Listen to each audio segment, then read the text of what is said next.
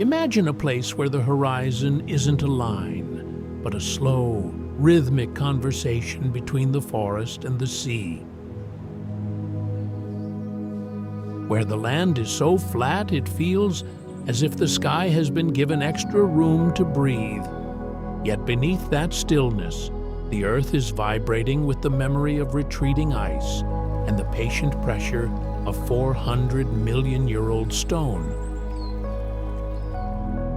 This is Latvia. Tucked along the amber-strewn edge of the Baltic Sea, Latvia is often introduced through its vast forests and its thousand-year-old folk songs. But to see it through the lens of deep time is to realize that this landscape is a living machine. It is a world carved by glaciers, refined by the Daugava River, and held together by the roots of ancient pines.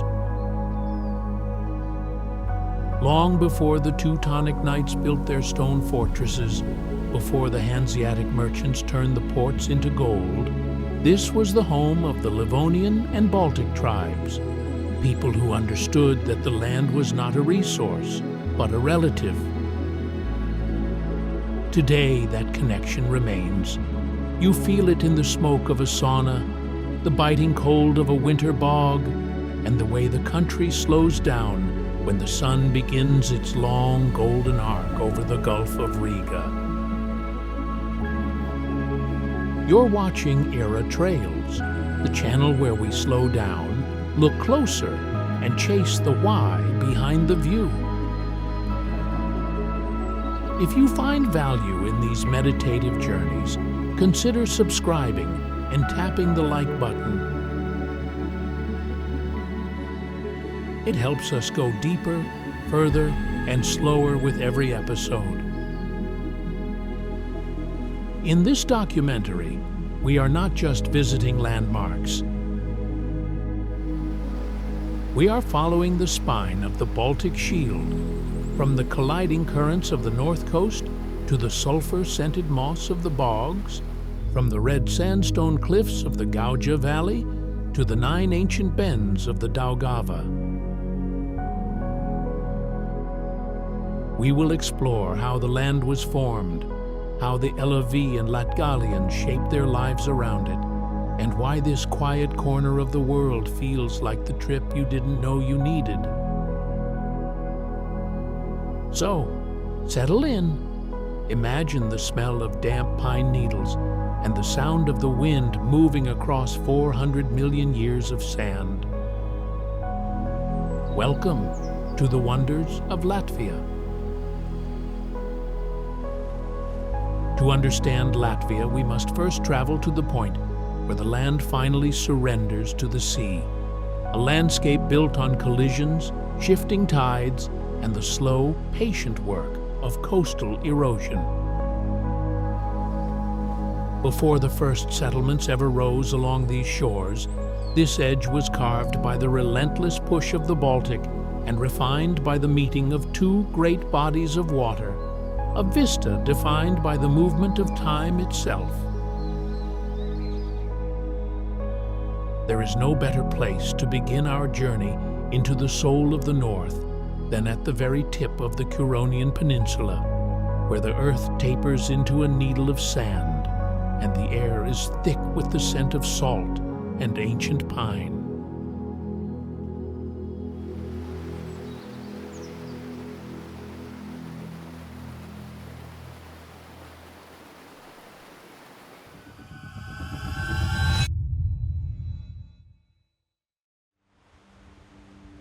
To understand the raw, elemental spirit of the Baltic, one must stand at Cape Kolka, the precise geographical point where the open Baltic Sea, known as the Great Sea, collides with the Gulf of Riga, or the Small Sea. This is not merely a scenic vista, it is a visible battlefield of fluids. From the air, the meeting of these 2 bodies of water is marked by a distinct line of frothing, chaotic whitecaps as opposing currents and wave patterns strike one another in a perpetual struggle for dominance. Geologically, Cape Kolka is a dynamic extension of the Curonian Peninsula, a landscape primarily composed of quaternary sediments, sand and gravel, relentlessly reshaped by the post-glacial rebound of the Baltic Shield. As the massive ice sheets retreated approximately 12,000 years ago, the land began to slowly spring upward, a process that continues at a rate of millimeters per century. The cape itself is a shifting spear of sand, a moving target that extends and retracts based on the whims of the North Atlantic storms. The temperature here is a protagonist in itself. In the shoulder months, a biting, damp chill clings to the skin, even when the sun is bright. The air carries a heavy, metallic cold that feels as though it has been pulled directly from the deep, oxygen-depleted basins of the central Baltic. Underfoot, the sand is not the soft, fine dust of tropical climes. It is a coarse, gritty mixture of pulverized quartz and ancient shell fragments, which crunches with a sharp, percussive sound with every step. As you walk toward the very tip of the horn, the soundscape is dominated by the clashing of the seas, a rhythmic double-beat roar that lacks the predictable cadence of a standard shoreline. To your left, the great sea rolls in with deep, powerful swells. To your right, the small sea creates a frantic, choppy cross-current.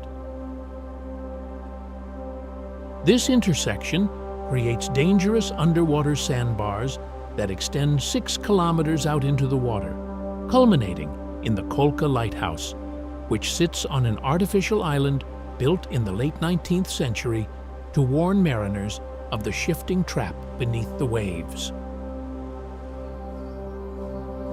The sunken forest of Kolka. Just south of the cape's tip, the sea has begun to reclaim the land with renewed aggression. Here, the sunken forest serves as a haunting visual of deep-time erosion. Bleached, skeletal remains of Scots pines lie half-buried in the surf, their roots reaching upward like petrified fingers. The smell here is a pungent mix of decaying seaweed and the sweet, resinous scent of pine wood being slowly cured by salt water, a sensory reminder that on this peninsula, the forest doesn't just end, it dissolves into the ocean. The ecology of Cape Kolka is defined by its role as a migratory bottleneck, a place where the lives of millions of creatures are funneled through a narrow corridor of wind and salt. Because the Cape is a prominent landmark on the East Atlantic Flyway, it serves as a critical resting point for birds crossing the Baltic Sea. During the peak of spring migration, the sky above the Cape becomes a living tapestry of motion.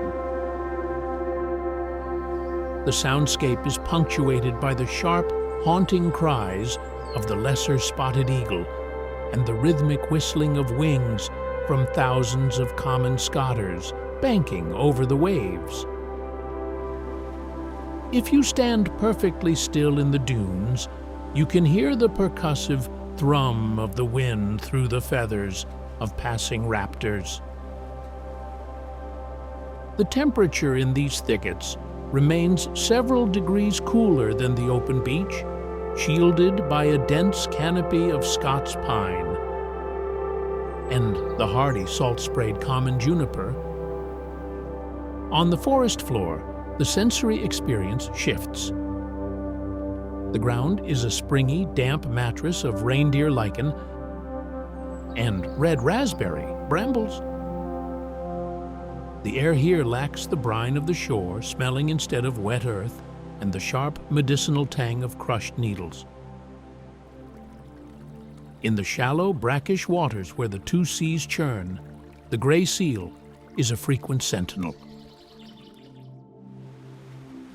These mammals, often seen bobbing like dark, slick buoys just beyond the surf, rely on the nutrient-rich currents stirred up by the collision of the great and small seas.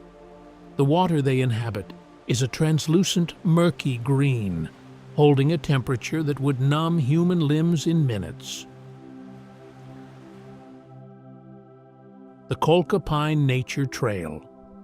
Winding through the gray dunes behind the main beach, this trail showcases a unique micro-ecosystem. Here, you encounter the sea buckthorn, its bright orange berries providing a vivid splash of color against the monochromatic sand. The berries carry a sharp, acidic scent, almost like citrus, that cuts through the heavy smell of the sea.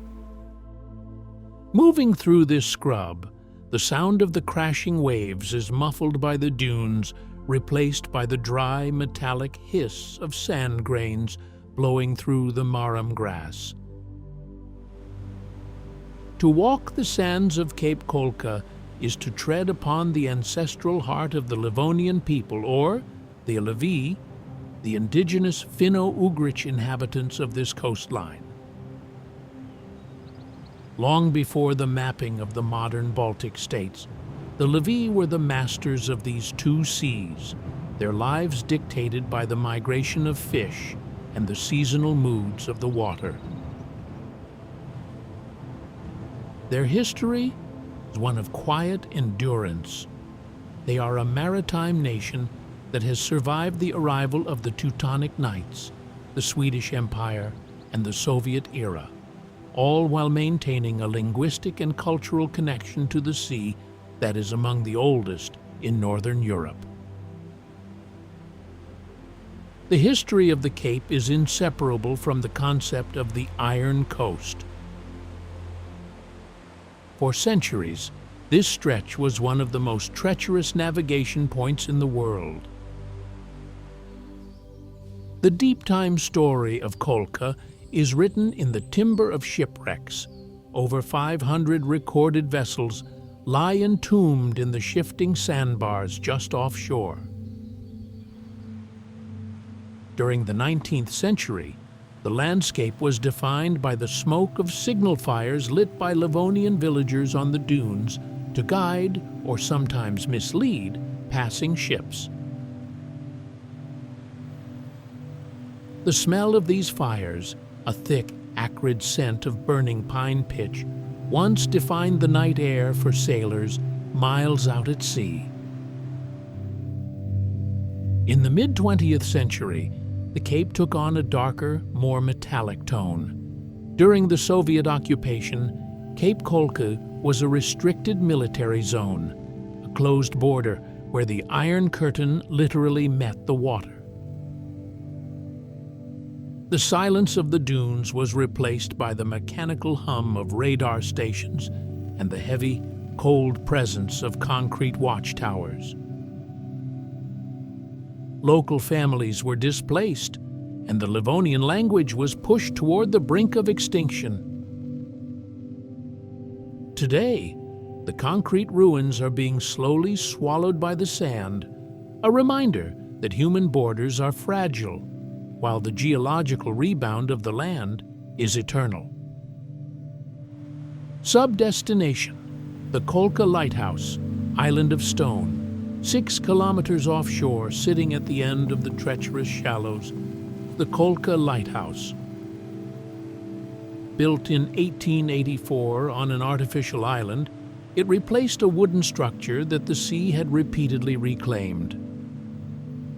The construction involved hauling thousands of granite boulders across the frozen sea during winter, a feat of immense human labor against a sub-zero environment. The lighthouse island smells of damp stone and iron. standing as a solitary monument to the human desire to impose order on a chaotic, shifting maritime frontier.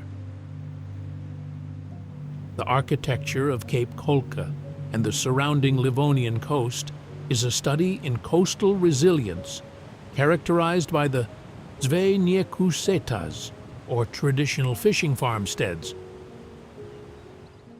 These structures are not built to dominate the landscape, but to hunker down against the biting Baltic gales.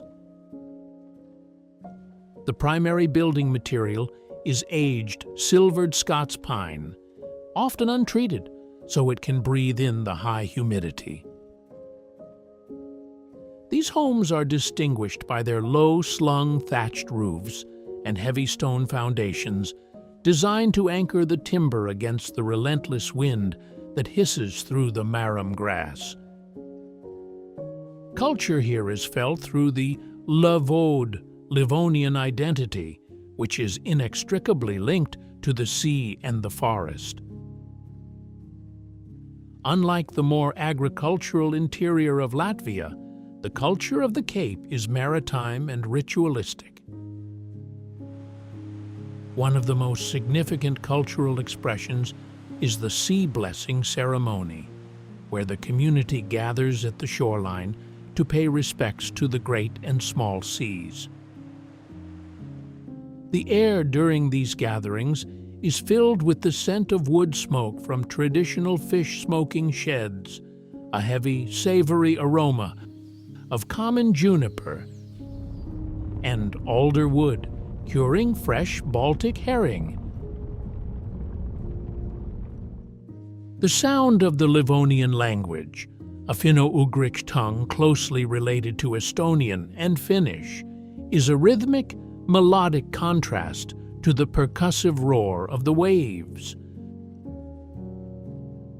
Though it is one of the world's most endangered languages, it persists in the lyrics of local folk songs, which often tell of the mother of the sea and the wind mother. In the winter, the temperature drops low enough to freeze the harbor spray into glass-like shells on the fishing nets, and the village life retreats into the warmth of the dumistaba, the traditional smoke kitchen, where the air is thick with the comforting, earthy smell of rye bread and dried herbs. The Kolka Livonian Community House. Located in the heart of the village, this building serves as a cultural lighthouse.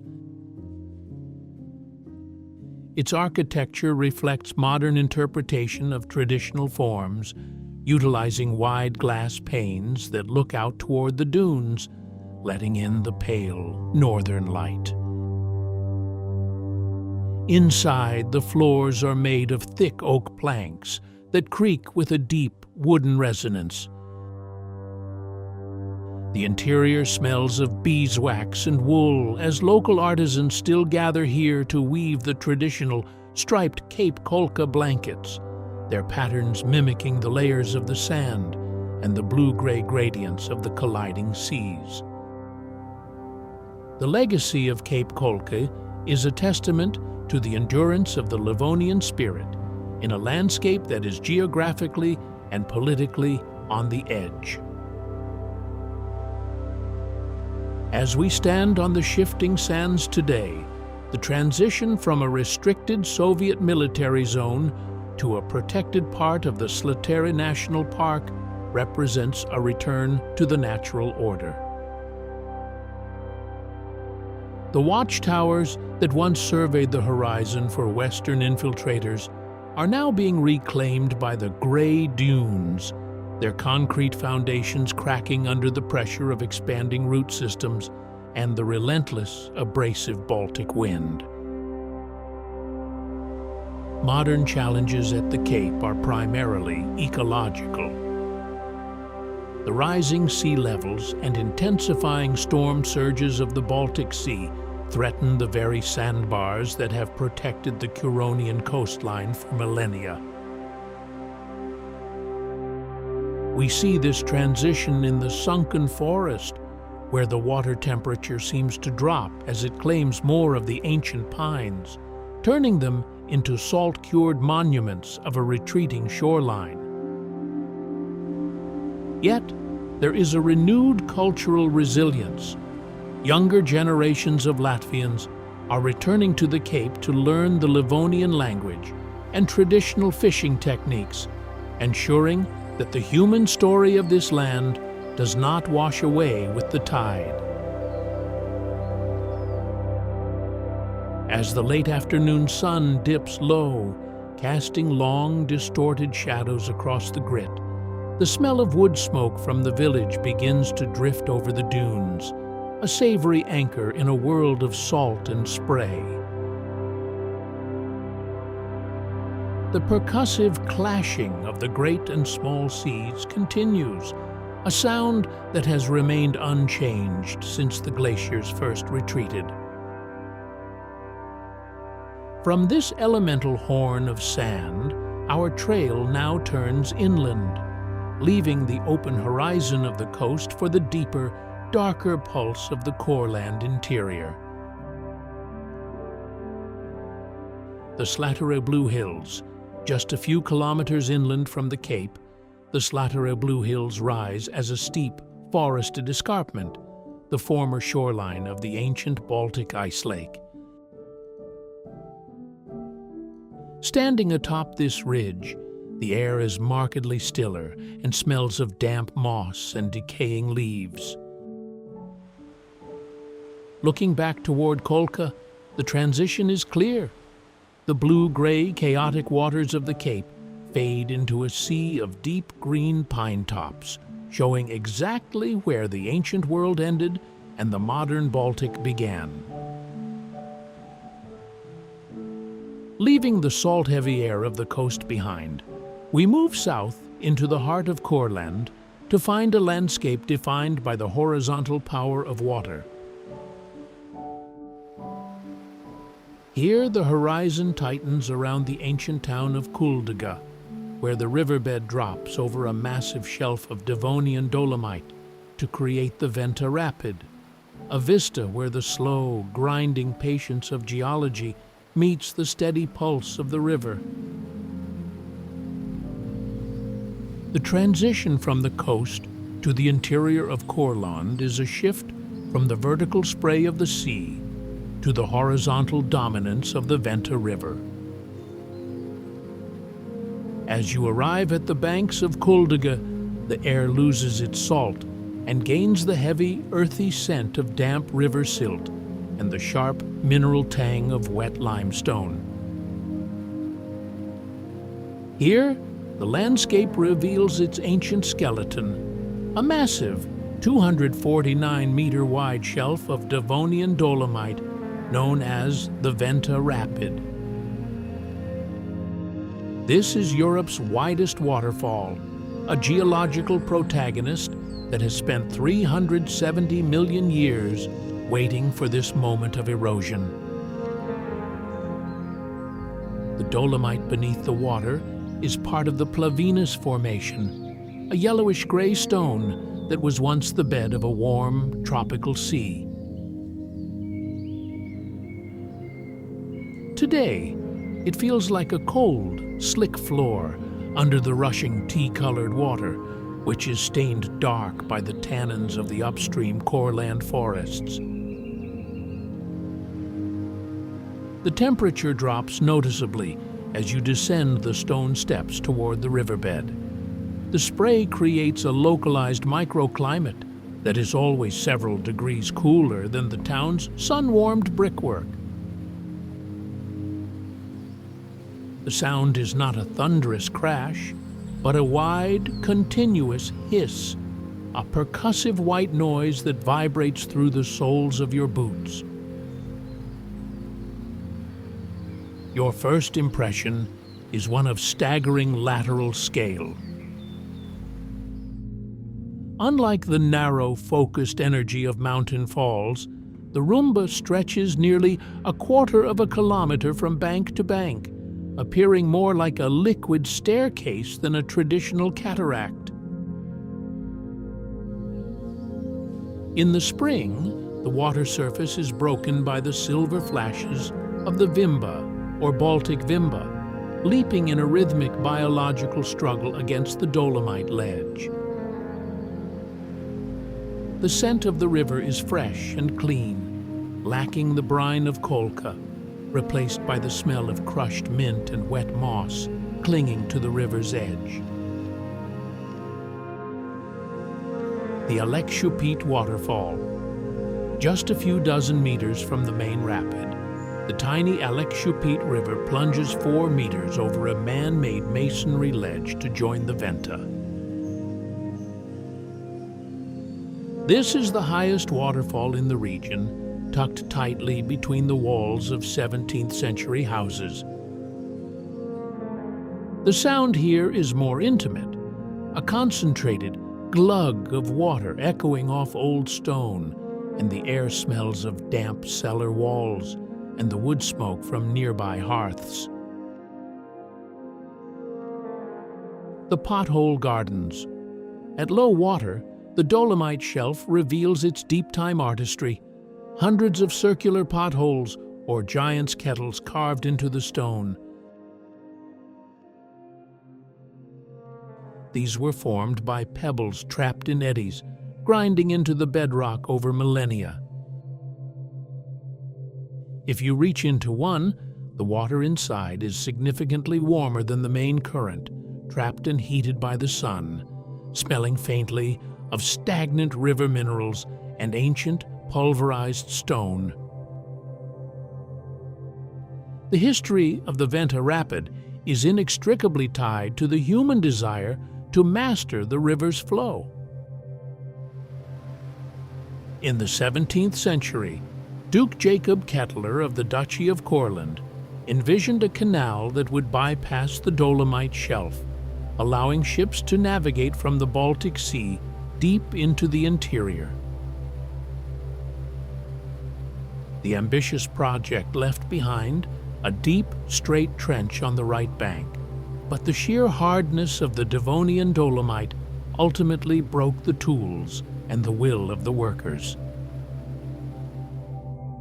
Today, the town of Kolka exists in a state of architectural preservation that earned it UNESCO World Heritage status.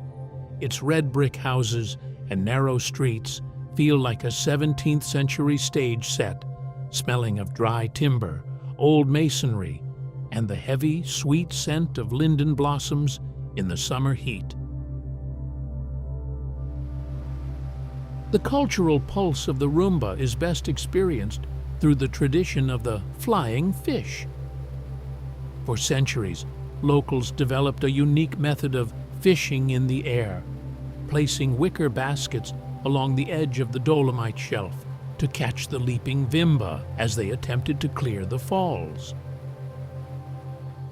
This activity transformed the riverbank into a communal kitchen, where the air would fill with the savory, oily scent of fish being smoked over alder wood fires. Even today, the act of walking across the rapid, carefully stepping through the shallow, tea-colored water on the slick dolomite, remains a ritual of passage for travelers, a sensory encounter with the river's moderate, steady temperature and the percussive vibration of the falls against the soles of the feet. As we prepare to depart, we cross the Kolka brick bridge, one of the longest of its kind in Europe. Built in 1874, its arches provide a perfect acoustic chamber for the river's roar, which softens into a low, rhythmic hum as you reach the center.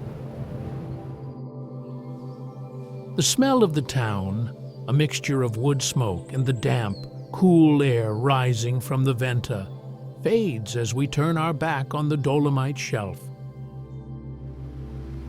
The road ahead leads us away from the horizontal power of the river and toward a more ancient, silent landscape, where the ground is not stone, but a living, breathing kingdom of moss and water. The Kolka District Museum, Housed in the former villa of a wealthy merchant, the museum sits on the high bank overlooking the rapid. Its interior smells of polished oak and old paper, containing the original maps and failed engineering plans for Duke Jacob's Canal. From the upper windows, the Venta appears as a silver ribbon stretching toward the horizon, its width finally understood as a geological defiance of human industry. The old brick bridge. Underwalk beneath the massive arches of the bridge. The air is perpetually cold and damp, holding the scent of wet moss and river mud. This perspective allows you to see the erosion marks on the bridge's granite foundations, where the Venta has spent over a century trying to reclaim the stone. The sound of traffic above is a dull, metallic thud, completely overwhelmed by the liquid rush of the nearby falls. Leaving the steady hum of the Dolomite Falls behind, we move further into the lush folds of Courland, where the land begins to roll with the memory of retreating ice. Here, the horizon softens into a corridor of emerald slopes and winding water as we approach the Abava ancient valley, a landscape carved by glacial meltwater that reveals the deeper post-glacial transition of the Baltic world.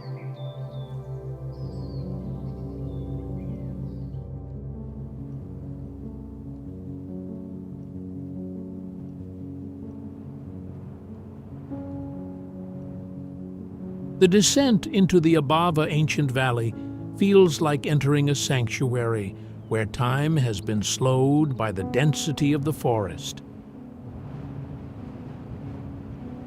The air loses the open, river mist quality of Kuldaga and becomes heavy with the scent of damp ferns, crushed pine needles, and the cool, metallic tang of groundwater seeping from the valley walls. Geologically, this is a post-glacial meltwater canyon, a vast furrow plowed into the Baltic Shield roughly 12,000 years ago, during the final retreat of the Scandinavian ice sheet. As the ice melted, a torrent of water far larger than the modern river carved this 2-kilometer-wide valley, leaving behind steep, terraced slopes that locals call the Switzerland of Courland. The first impression is one of profound verticality within a flat nation. The valley floor sits deep below the surrounding plains, creating a microclimate where the temperature is often several degrees cooler and the wind is muffled by the high wooded ridges. The Abava River itself is a quiet, amber-tinted thread, moving slowly over a bed of glacial gravel and prehistoric silt. The sound here is nuanced, a soft, textured rush of water filtered through thickets of gray alder, and the occasional percussive thump of a falling pine cone on the mossy floor. Walking the valley floor, the soil is a springy, damp composition of alluvial sand and decaying organic matter. The smell is intoxicatingly green, a mixture of wet earth and the sharp, medicinal aroma of wild mint growing near the spring-fed seeps. Along the northern slopes, the geology reveals itself in outcrops of fragile Devonian sandstone, which feels gritty and cool to the touch, crumbling like ancient sugar under the pressure of a thumb. The Mara's chambers, hidden on the right bank of the valley, these are a series of natural sandstone caves carved by the patient erosion of groundwater. Inside, the temperature is a constant shivering cold, and the air smells of wet sand and the deep, silent breath of the earth. The silence is absolute, broken only by the rhythmic, crystalline drip of water from the ceiling into small, clear pools. The Daugava, glacial erratic. Near the entrance to the valley sits a massive granite boulder, a lone traveler transported hundreds of kilometers from Scandinavia by the ice sheet. It is a rough-textured monolith, smelling faintly of dry lichen and sun-warmed stone. To touch it is to touch a fragment of the Arctic North, a physical anchor to the deep-time forces that once crushed and shaped this entire region. The human history of the Abava ancient valley is a story of integration with the land's natural contours. Long before the 13th century stone castles of the Livonian order rose at Daugava, the valley was a sacred corridor for Baltic tribes who viewed the deep ravines and hidden springs as dwelling places for forest spirits. The architecture of the region reflects this long-term habitation. The town of Daugava is defined by its steep, winding streets and stone and timber houses that seem to emerge directly from the glacial slopes. The air in the town center is a mixture of sun-warmed cobblestones, blooming linden trees, and the earthy, damp scent of the valley floor rising from below. Culture here is famously distilled into the tradition of the Abava vineyards. Located on the northern slopes of the valley, these are some of the northernmost open-air vineyards in the world. This is a practice of resilience, utilizing a specific microclimate where the valley walls trap the warmth of the sun, shielding the vines from the biting northern winds. The sensory experience of the vineyards is unique. The air smells of ripening grapes, dry grass, and the sharp mineral tang of the limestone-rich soil. To taste the wine produced here, often sharp and acidic, is to taste the struggle of life against a northern climate, a sensory bridge between the agricultural tradition and the geological reality of the valley. As we prepare to leave the Abava, we climb the winding road out of the canyon, moving toward the open, flat plains of the east. The rhythmic thrum of the river fades, replaced by the sound of the wind moving through the high-altitude fields of Courland. The temperature rises as we leave the shaded sanctuary of the valley, and the smell of the deep forest is replaced by the dry, dusty aroma of ripening rye. We are moving away from the carved valleys and toward a landscape that is neither land nor water, a place where the earth is still in the process of breathing itself into existence. The Daugava Powder Tower. A remnant of the 14th century castle, this tower stands as a sentinel over the valley entrance. Its interior is a chamber of absolute stillness, smelling of cold stone, ancient lime mortar, and the dry, metallic scent of gunpowder, a nod to the 17th century era when the Duchy of Courland was a center of maritime and industrial power. From the narrow windows, the Abava Valley appears as a deep green scar in the earth, a vista of glacial memory and human endurance. The Pedvale Art Park, located on the rolling slopes near Sabil, this open-air museum integrates contemporary sculpture with the ancient landscape.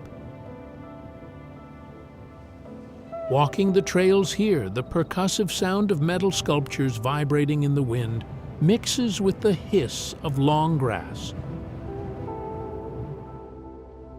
The air is filled with the scent of wild thyme and sun-dried clay, creating a sensory dialogue between the deep time geology of the valley and the modern human imagination. Leaving the carved slopes of the Abava behind, the landscape begins to flatten and dissolve, the solid ground softening into a world of uncertain edges. We are entering a territory where the earth is still inhaling, a place of slow, anaerobic breathing and ancient acidic stillness. To understand the great Ķemeri Bog is to understand the slow, patient reclamation of the land by water and moss over 8 millennia. Geologically, this is a vast ambrotrophic raised bog, a landscape that began forming 8,000 years ago in a shallow depression left by the retreating Littorina Sea. As the climate shifted, the basin filled with layers of organic matter, eventually rising above the surrounding groundwater.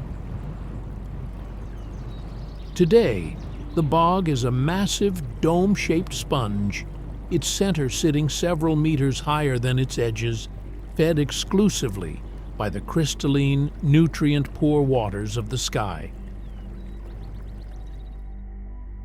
The landscape is a surreal, minimalist expanse of high and low ground.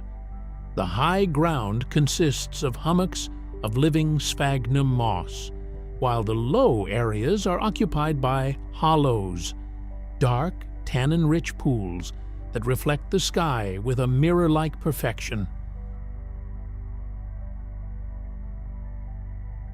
These pools, some several meters deep, contain water so acidic it prevents the growth of typical aquatic life, creating a percussive silence that is only broken by the occasional bloop of a methane bubble breaking the surface.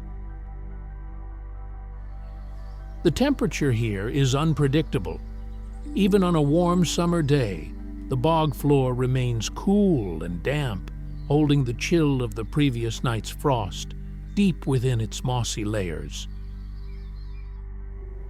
The sensory experience is dominated by the scent of deep time decay and sulfuric renewal. Beneath the bog lies a layer of Devonian gypsum and dolomite. As groundwater moves through these minerals, it creates the famous Ķemeri sulfur springs. The air carries a sharp, egg-like aroma of hydrogen sulfide, a smell that has defined this region for centuries.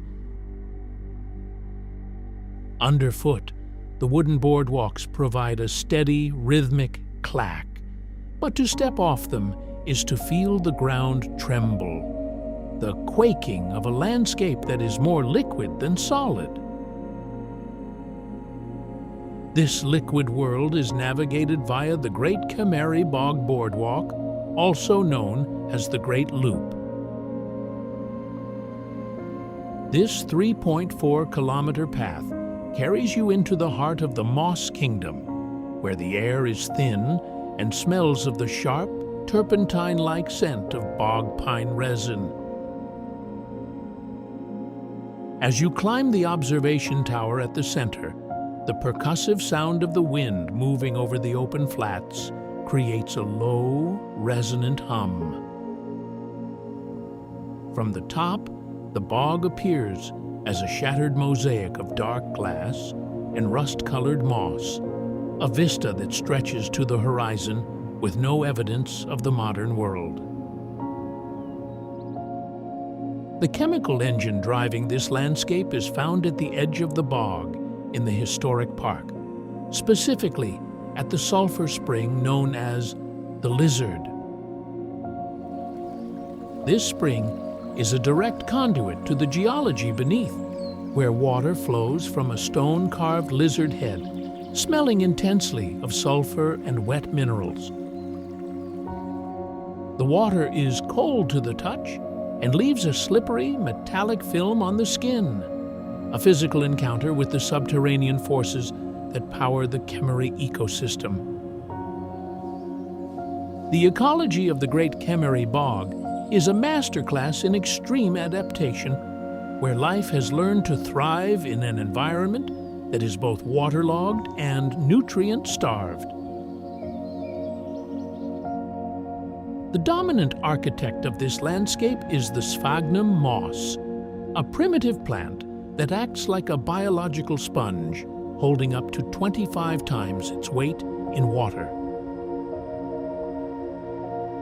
These mosses create an acidic, anaerobic environment that pickles the landscape, slowing decomposition to a near halt. The scent here is a clean, sharp ozone smell, mixed with the earthy, slightly sweet aroma of damp peat. Rising from the mossy hummocks are the bog pines, Pinus sylvestris var. Banana. These are the same species found at Cape Kolka, but here, stunted by the lack of nitrogen and the high acidity of the peat, a 100-year-old tree may stand no taller than a human. Their bark is thick and gray, smelling of concentrated resin and cold rain. Moving through the scrub, the air is frequently filled with the heavy, narcotic perfume of the marsh Labrador tea. This evergreen shrub, with its clusters of white flowers, releases a scent that is spicy and intoxicating, often causing a mild headache for those who linger too long in the still, humid air of the bog center. The soundscape of the bog is one of vast, open silence, occasionally punctuated by the primeval calls of the common crane. These tall, gray birds nest in the most inaccessible reaches of the peatland, their bugling cries echoing across the mirror pools with a haunting, percussive resonance. In the dark water of the hollows, you might spot the great raft spider, a specialist predator that sits motionless on the surface film, waiting for the vibrations of a passing insect. The air temperature at water level is always cooler, and as the sun dips, a thick silver mist often rises from the pools, smelling of wet minerals and ancient trapped gases. As you move into the sun-drenched patches between the pines, the bog reveals its most predatory inhabitants in the insectivorous gardens. Here, the round-leaved sundew glistens with dew, sticky digestive enzymes that trap unsuspecting insects. The air around these patches has a faint, sweet, and sickly smell. To watch an insect struggle against the sticky red hairs of the sundew is to witness the percussive, microscopic drama of survival in a place where the soil offers no sustenance. Elevation provides the final perspective at the bird observation tower. Located at the highest point of the boardwalk loop, this wooden structure vibrates in the steady wind that sweeps across the flat expanse. The sound here is a constant hiss of wind through the cotton grass, which covers the bog in white, fluffy tufts in early summer.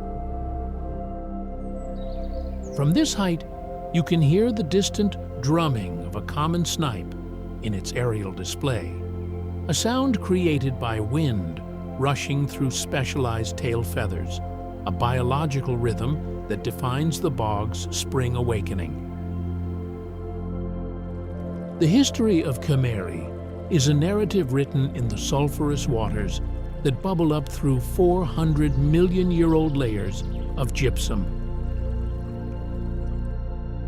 Long before the era of modern medicine, The indigenous Baltic tribes recognized these stinking waters as a source of profound healing, believing the springs to be a direct gift from the earth deities. This deep-time connection was formalized in the late 18th century, when the first chemical analyses of the waters were conducted, leading to the establishment of Ķemeri as a state-supported health resort in 1838.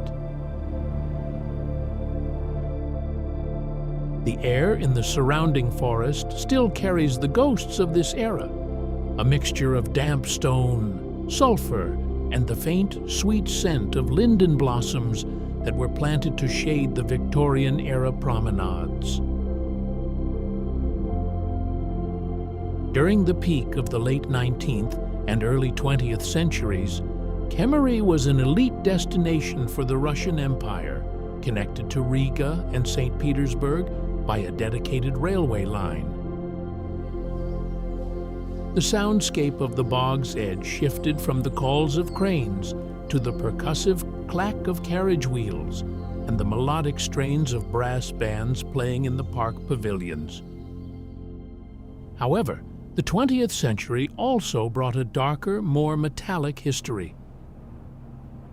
During World War I, the bog became a brutal front line. The narrow boardwalks and treacherous peat pools were the site of fierce skirmishes between German and Russian forces.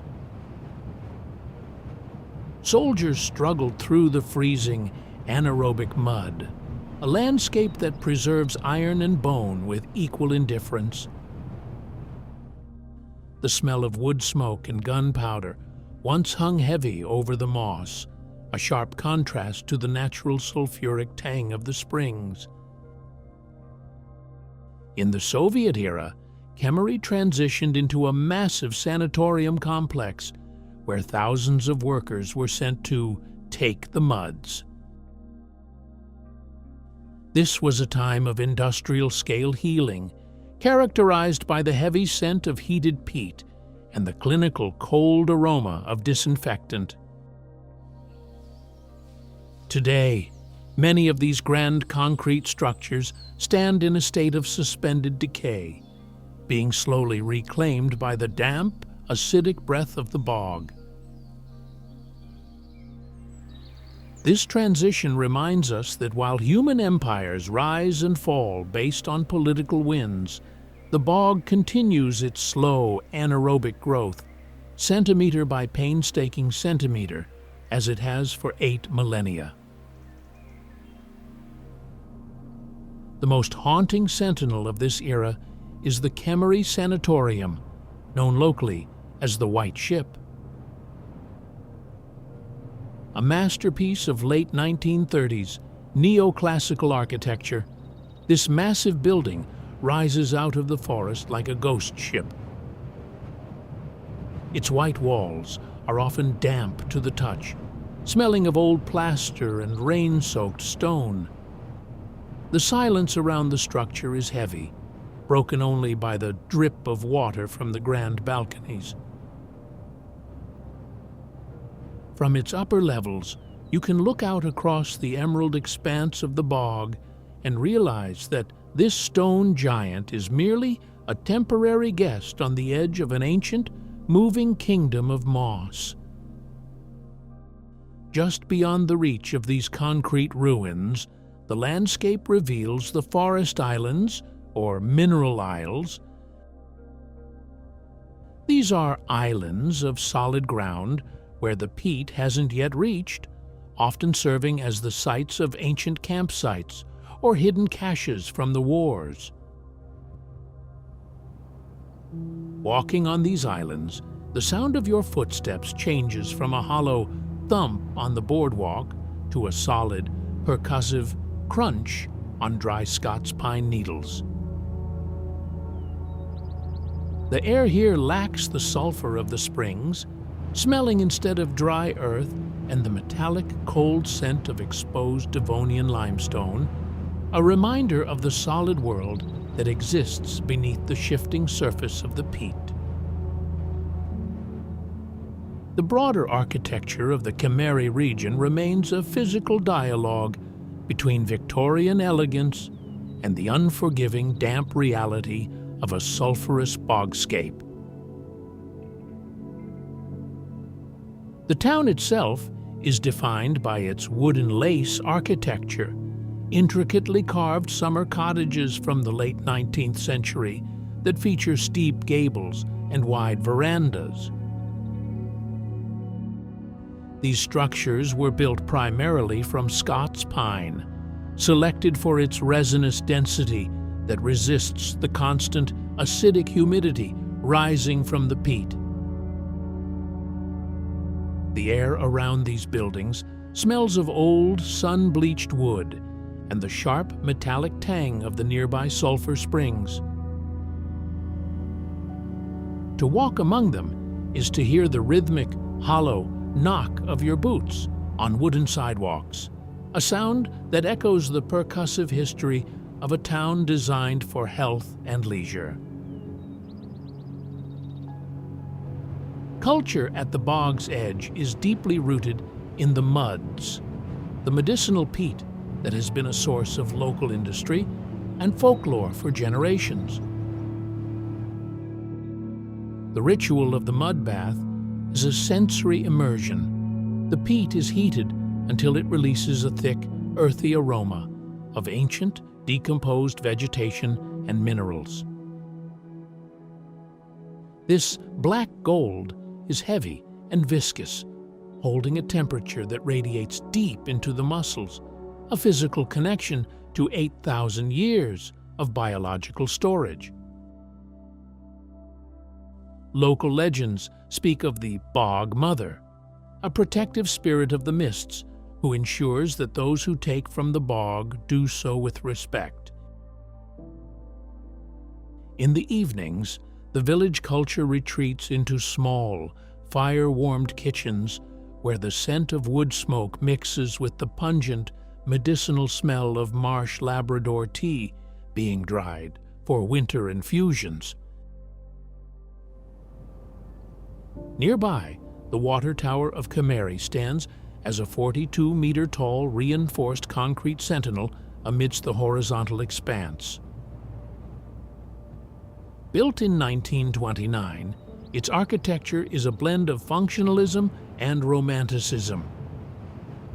Inside, the air is perpetually cold and smells of damp stone and iron pipes. Climbing the narrow, spiraling stairs, the sound of the wind outside begins to whistle through the masonry, creating a low, resonant hum. From the top gallery, the view reveals the architectural layout of the town as a series of geometric clearings carved out of an endless sea of green and rust-colored moss. Finally, the trail leads to the Forest House, or Major Maya. Originally built as a grand sports hotel in 1933, this massive timber and stone structure now serves as the park's administration center. Its architecture is a tribute to the National Romantic style, utilizing thick logs and heavy granite boulders at its base. The interior smells of beeswax, old wool, and the faint, sweet scent of dried herbs. The floorboards are wide and heavy, producing a deep, percussive creak that reminds you of the building's age and its struggle to stay solid in a world of shifting polders and rising tides. The legacy of the great Ķemeri Bog is a profound lesson in the endurance of the wild within a managed world. As we look across this 8,000-year-old kingdom of moss, we see a landscape that has transitioned from a sacred site of the Baltic tribes to a bustling Victorian spa, through the mechanical brutality of 2 world wars, and into its current role as a cornerstone of Northern European conservation. Today, the bog is no longer viewed as a wasteland to be drained for timber, but as a critical carbon sink and a biological vault, preserving a record of the climate that has shifted around it since the Littorina Sea retreated. Modern challenges here are invisible but persistent. The surrounding agricultural lands and historical drainage ditches threaten to pull the water from the bog's dome, which would cause the sphagnum to dry and the ancient peat to release its stored carbon. We see the response in the transition toward rewilding, the deliberate blocking of old canals to restore the bog's natural water level. The temperature of the air seems to drop as the mist thickens over the restored pools, a sensory reminder that the bog is a living, breathing regulator of the local environment. It is a place that asks for human restraint, reminding us that some of the most powerful forces in Latvia are the ones that move at the speed of a growing moss. This delicate balance is best felt at the Ķemeri train station, a small, historic threshold between the bog and the modern world. Its architecture is a modest, functional nod to the spa era, smelling of cold iron, coal dust, and the damp forest air. The percussive thud of the approaching train on the tracks is the sound of the modern pulse returning. From the platform, you can see the distant, dark tree line of the bog, a horizontal world that remains indifferent to the schedules of the people passing through its edges. The air lacks the heavy sulfur and marsh Labrador tea of the bog. This is the transition zone, a reminder that the entire Ķemeri system is a fragile layer of life sitting atop the shifting foundations of the ancient Baltic coast. As we prepare to leave this acidic sanctuary, the sharp egg-like scent of sulfur fades, replaced by the damp, earthy aroma of the bordering forests. The rhythmic clack of the boardwalk is left behind for the steady hum of a road that leads toward the center of the nation. We are moving away from the ancient anaerobic silence of the peat and toward a city built on the alluvial memories of the country's greatest river, a place where deep time is measured not in moss, but in the flow of water through a medieval heart.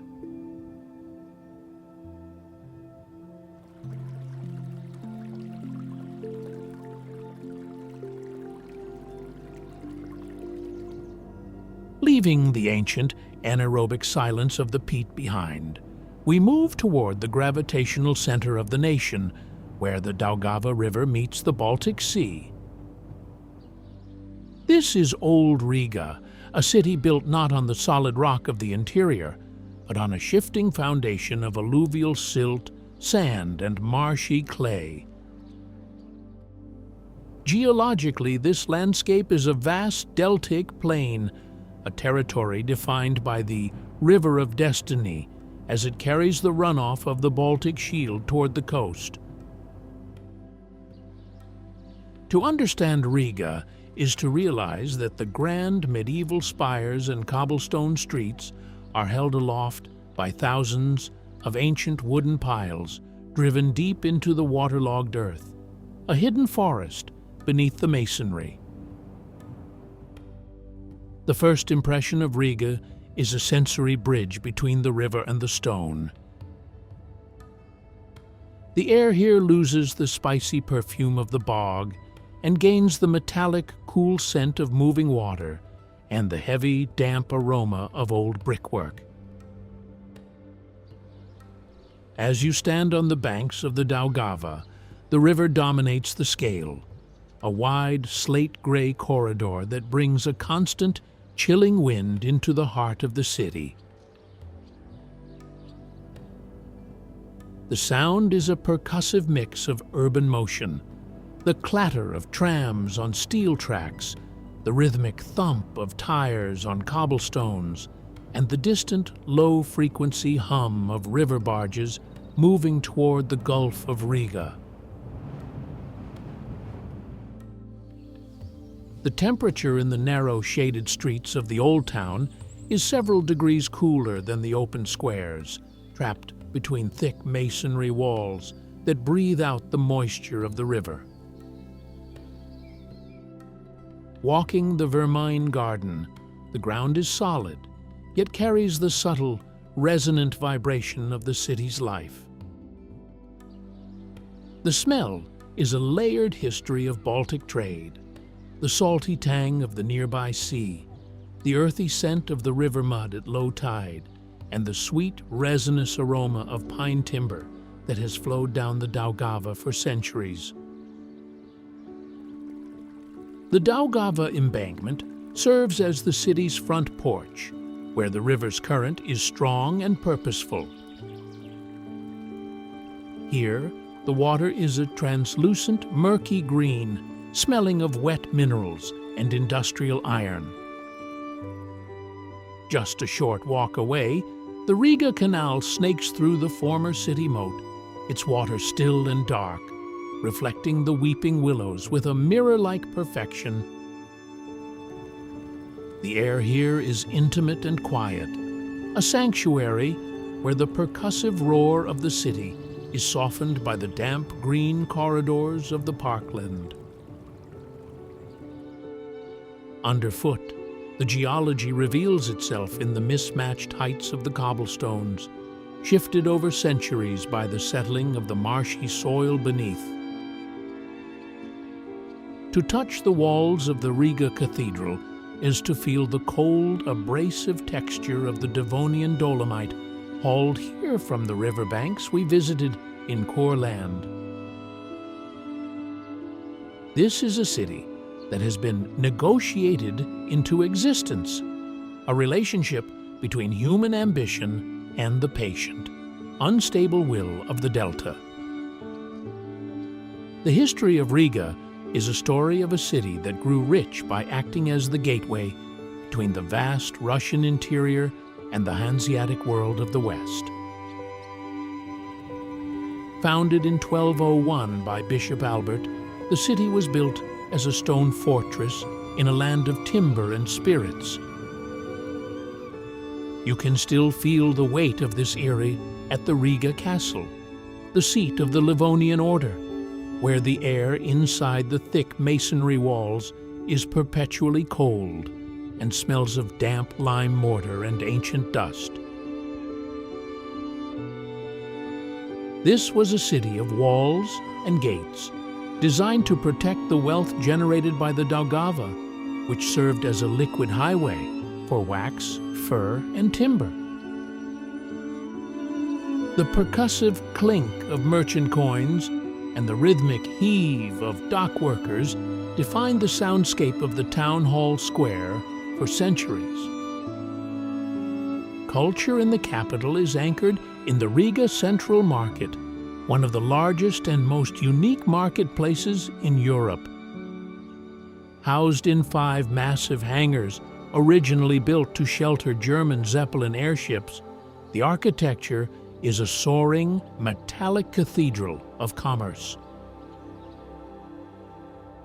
Inside, the sensory experience is overwhelming. The sharp, vinegary scent of fermented cabbage, the savory aroma of smoked Baltic herring, and the earthy, heavy smell of dark rye bread. The sound is a constant, echoing hum of thousands of voices and the percussive thud of butchers' knives. This is the living stomach of Latvia, where the traditions of the countryside meet the urban pace of the city. To truly experience the city's relationship with the water, one must participate in a Daugava River cruise. As the boat pulls away from the pier, the sound of the city's trams and traffic is replaced by the rhythmic slap of waves against the steel hull and the low-frequency thrum of the engine. From the middle of the river, the old Riga skyline appears as a forest of spires, the St. Peter's Church, the Dome Cathedral, and the St. James's Cathedral, each standing as a stone witness to the city's resilience. The air out on the water is sharp and cold, carrying the smell of river silt and the diesel of passing freighters, providing a perspective of the city as a maritime entity first and foremost. As we prepare to depart, we pass through the Swedish Gate, the only remaining entrance from the city's medieval fortifications.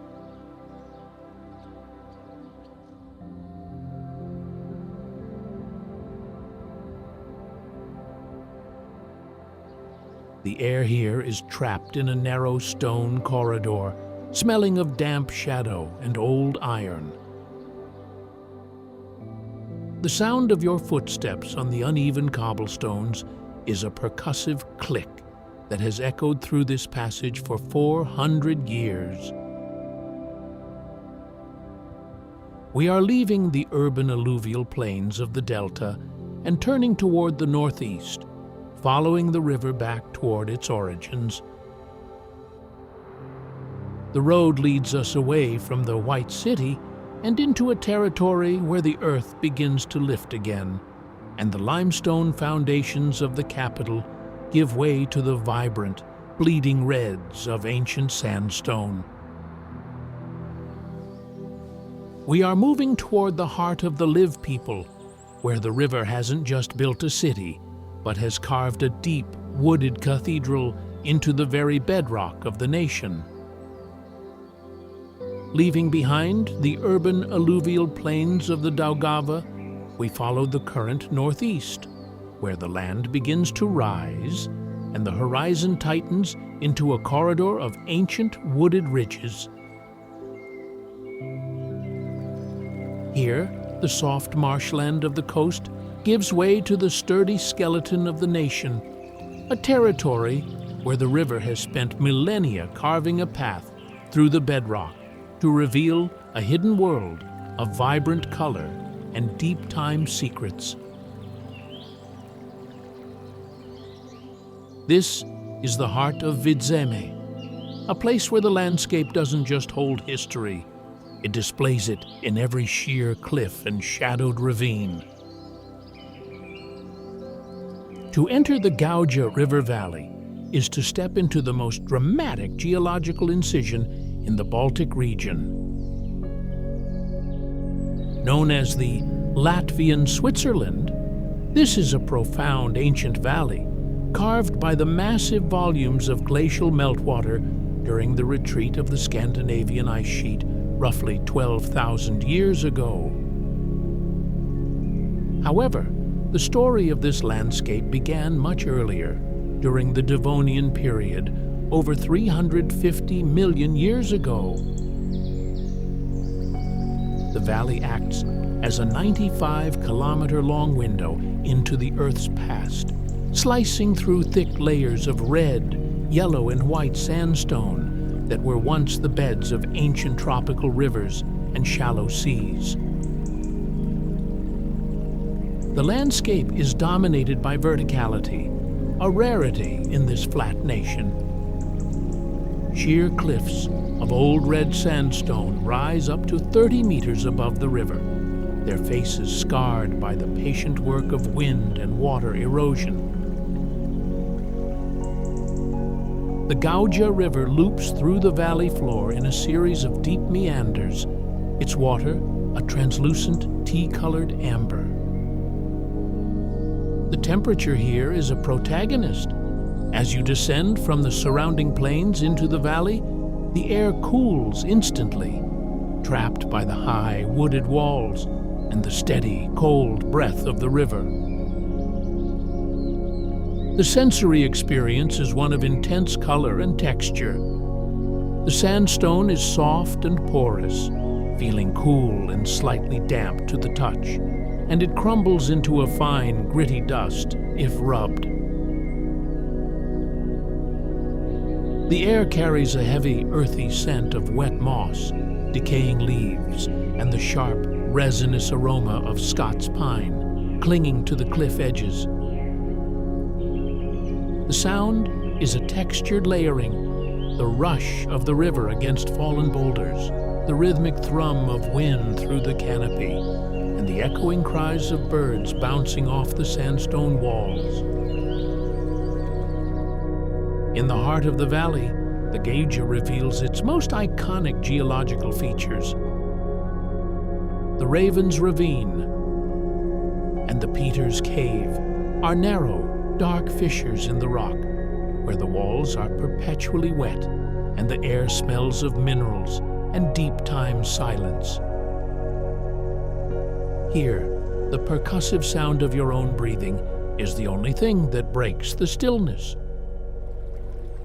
The ground is a springy mattress of pine needles and sand, and the light is filtered through the dense green of the European spruce, creating a cathedral-like atmosphere that hums with the memory of the ice.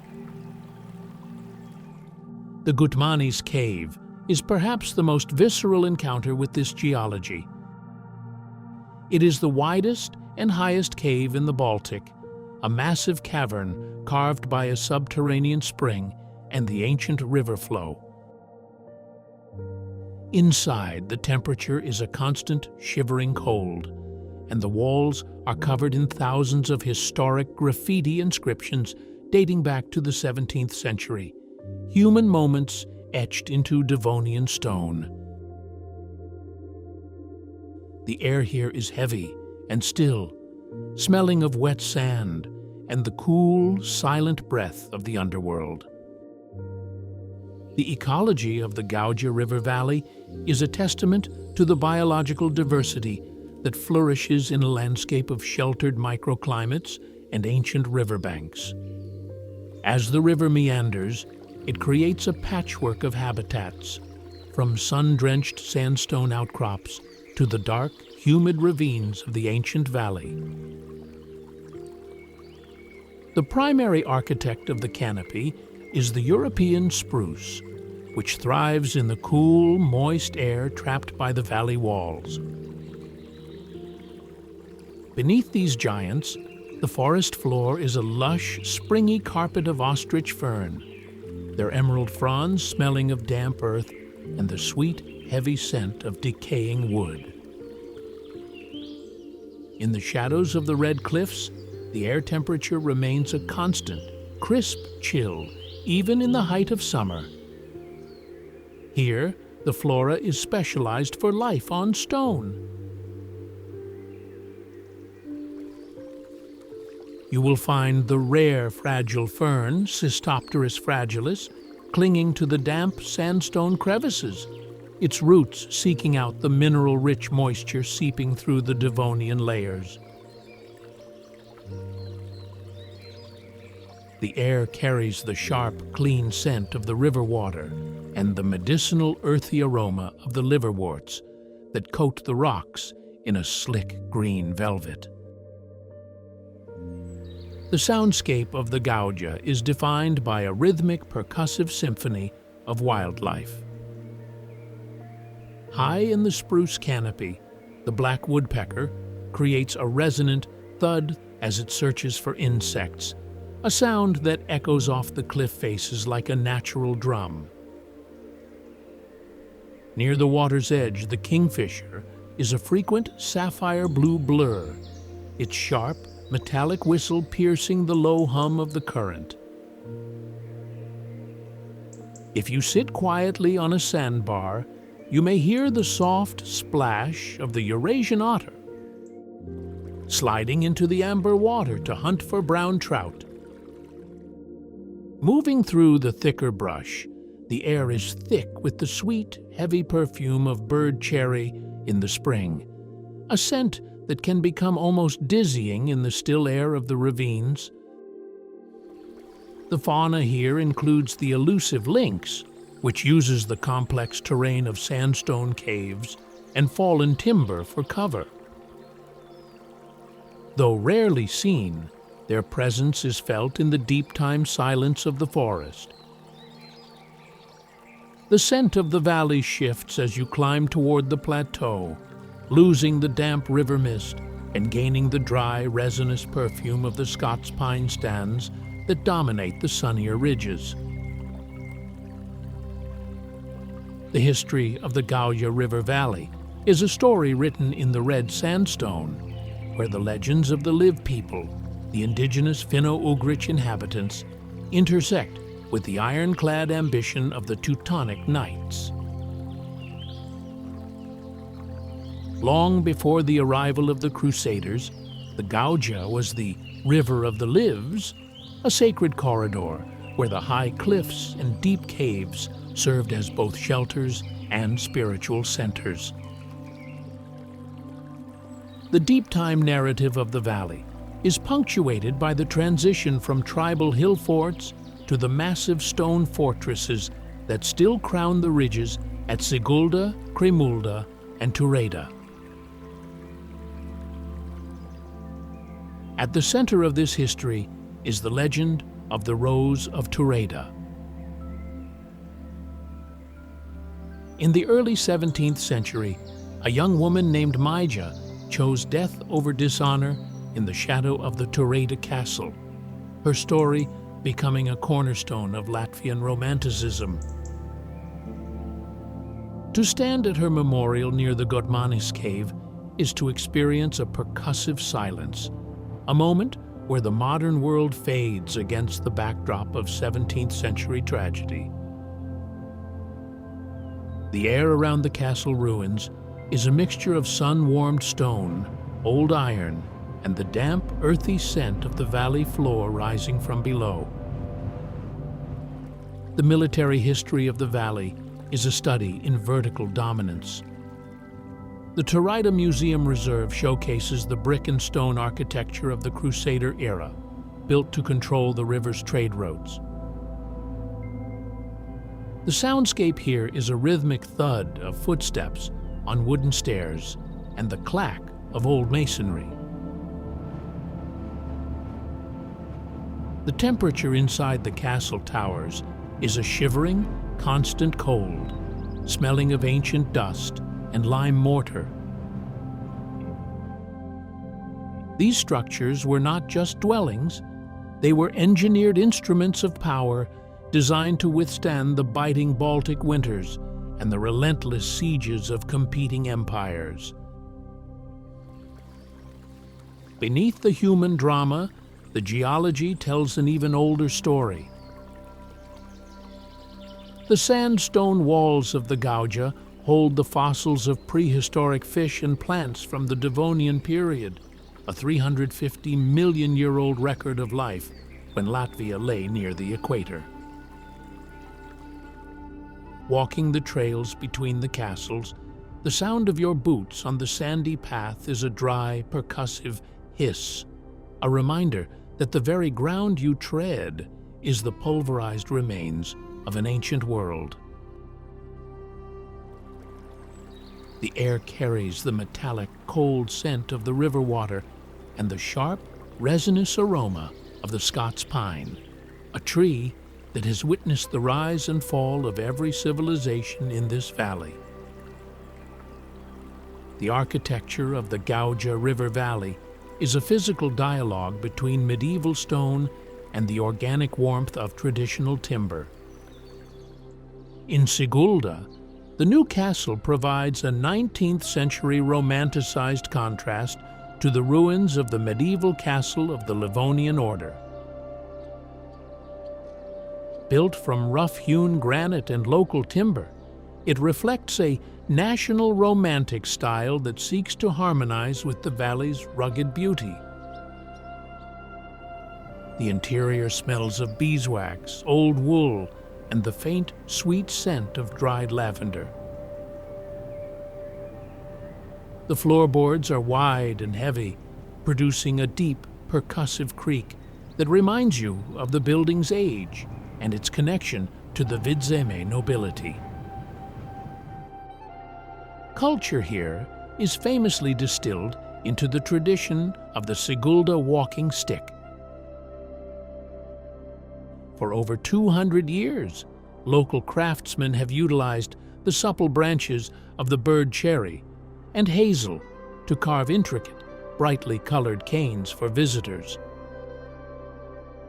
This is a practice of tactile resilience, utilizing the raw materials of the valley to create a tool for navigating its steep slopes. The sensory experience of a workshop is unique. The air smells of freshly cut wood, linseed oil, and the sharp, acidic tang of natural dyes. To hold a walking stick is to feel a physical connection to the forest, a sensory bridge between the artisan and the landscape. The percussive heartbeat of the valley is found in the Sigulda bobsleigh and luge track. This metallic, futuristic structure, built during the late Soviet era, wends down the valley wall like a concrete serpent. In the winter, the air here is a biting, crystalline cold, smelling of frozen ozone and industrial grease. The sound is a terrifying, low-frequency roar as sleds reach speeds of 120 kilometers per hour, the vibration of the ice vibrating through the very bedrock of the valley. This is modern Latvia, a culture that has turned the steep, glacial gradients of its past into a world-class arena for speed and precision. As evening settles, the culture of the valley retreats into the dumistaba, traditional smokehouses and saunas tucked into the ravines. Here, the air is thick with the savory, heavy aroma of alder-smoked meat and the sharp, medicinal scent of birch leaf whisks hitting hot stones. The sound is a percussive slap of the leaves and the rhythmic hiss of steam. This ritual is a sensory reset, a way for the people of the Gauja to shed the cold of the river and reconnect with the heat of the earth. The legacy of the Gauja River Valley is a story of a landscape that has transitioned from a contested military frontier into the spiritual and ecological heart of the nation. As the first national park established in Latvia in 1973, Gauja represents a successful pivot from extraction toward preservation. The red sandstone cliffs, which once served as foundations for Crusader stone and live hill forts, are now protected as a biological vault. The transition is visible in the way the forest is reclaiming the ruins. The European spruce and Scots pine roots act as a slow-motion masonry, prying apart the mortar of ancient towers, reminding us that in this valley, the forest always gets the last word. Modern life in the valley is defined by a shift towards sustainable, slow travel. The percussive roar of the Soviet-era bobsleigh track is balanced by the near-silent glide of canoes on the Amber River. We see a transition in the scent of the valley as well. The industrial odors of the past are being replaced by the clean, sharp smell of the river and the spicy, heavy perfume of the marsh Labrador tea from nearby wetlands.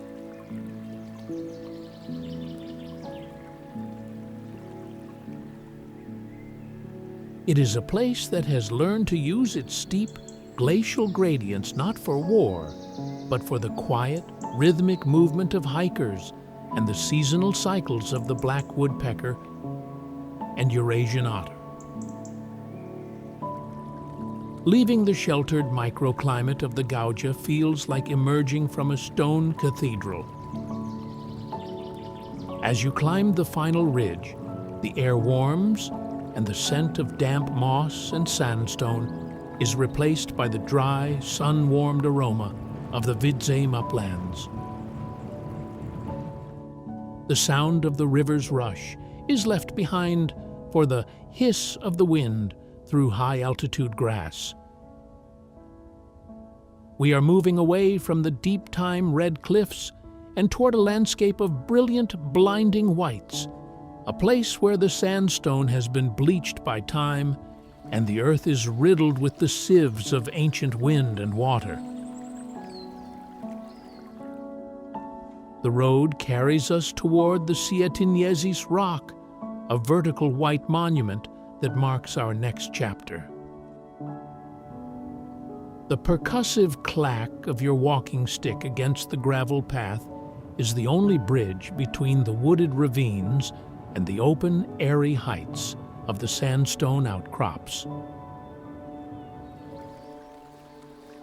Here, the legacy of the Gauja remains as a memory of red stone and river mist, while the transition to the white sands of the north begins to shape the horizon.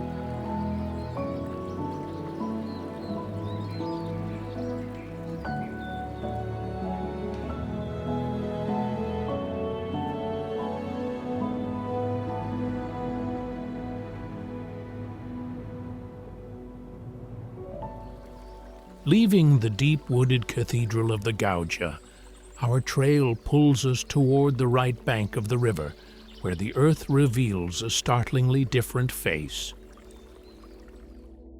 Here, the landscape transitions from the bleeding reds of the valley to the brilliant, blinding whites of Sietiņiezis Rock, the Siv Rock. This is one of the largest white sandstone outcrops in Latvia, a 15-meter-high wall of ancient Devonian sediment that stretches for nearly half a kilometer along the river's edge. Unlike the solid, protective cliffs we left behind, Sietiņiezis feels fragile, a monument of compressed sugar and time that seems to be in the very process of dissolving. Geologically, this white sandstone represents a different phase of the Devonian period, roughly 350 million years ago, when the currents of an ancient delta shifted, depositing purer, iron-poor quartz sands. The sieve name comes from the thousands of small circular holes, bee-like burrows, carved into the soft face of the rock by the wind and wild bees. The temperature here is distinct. The white stone reflects the sun with an intense, glaring heat, but the air trapped within the deep, narrow fissures remains a shivering, constant cold. The scent is remarkably clean, lacking the damp moss of the lower valley, smelling instead of dry, pulverized quartz and the sharp, sun-baked aroma of Scots pine resin. Your first impression is one of ethereal lightness. The rock doesn't feel like a barrier, it feels like a frozen cloud. The soundscape is dominated by the high-frequency hiss of wind moving through the millions of tiny perforations in the stone, a percussive whisper that sounds like the rock itself is breathing. Underfoot, the path is a soft, deep mattress of white sand that swallows the sound of your footsteps, making the journey feel like a silent drift through a prehistoric desert. As you follow the curve of the cliff, you encounter the Great Arch. This is the only natural sandstone arch of its scale remaining in Latvia, a delicate bridge of white stone that frames the river. The air beneath the arch is perpetually damp and smells of wet minerals and old, cold sand. Standing here, the percussive lap-lap of the Gauja against the white sandbanks is amplified, a rhythmic reminder of the water that continues to undermine this fragile structure. Moving further along the face, the cliff reveals the Devil's Heels, a series of deep, vertical cavities in the cliff face that resemble giant footprints. The air inside these heels is perfectly still and smells of deep-time silence and dry stone dust. To touch the interior walls is to feel the percussive, gritty texture of the Devonian earth, a physical encounter with a world that was once the bed of a tropical sea, now standing as a white sentinel in the northern forest. The human history of Sietiņiezis is one of observation rather than fortification.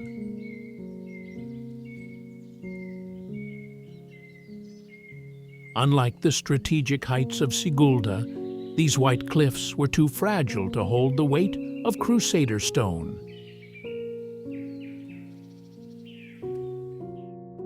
Instead, they became a landmark for the river travelers of the Liv tribes, and later, a site of romantic pilgrimage for the Baltic Germans. The history here is written in the soft surface of the rock itself, a tradition of carving names and dates into the sand that spans centuries. While many of these inscriptions have been eroded by the wind, they represent a percussive human desire to leave a mark on a landscape that is constantly shifting. The air around the cliff face carries the faint, dry scent of this ancient erosion, a smell of pulverized stone that reminds you that the rock is slowly returning to the river.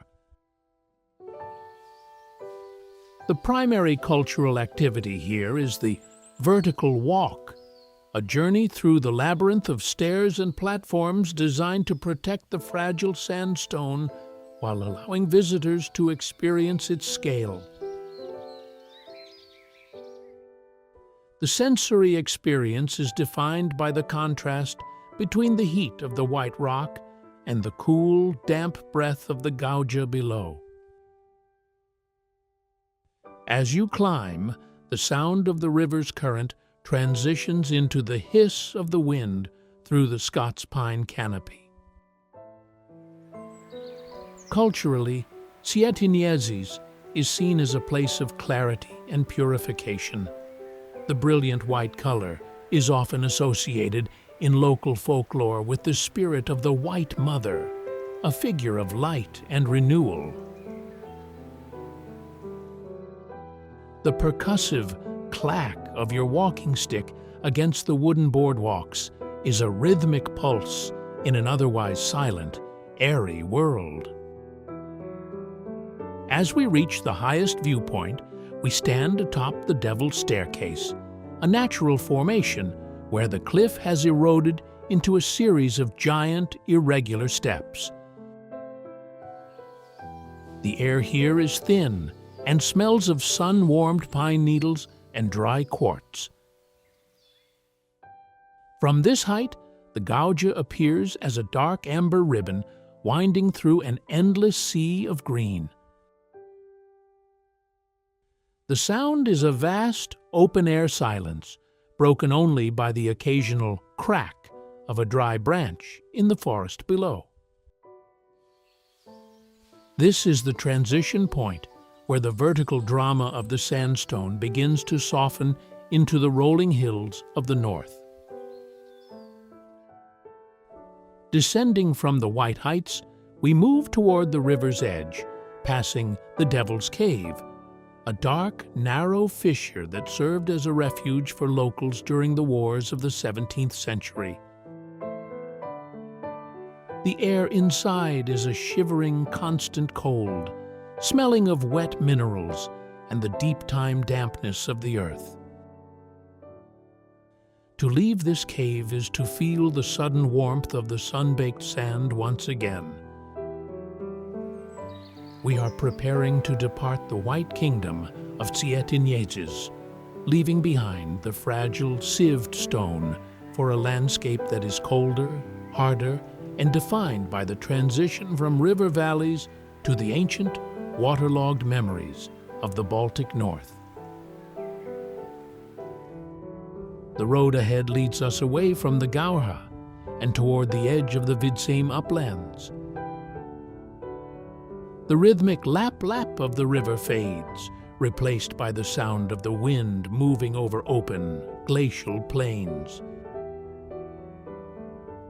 We are moving toward a place where the earth is not sandstone, but a mosaic of blue and green, a territory of 1,000 lakes where the water doesn't flow but waits.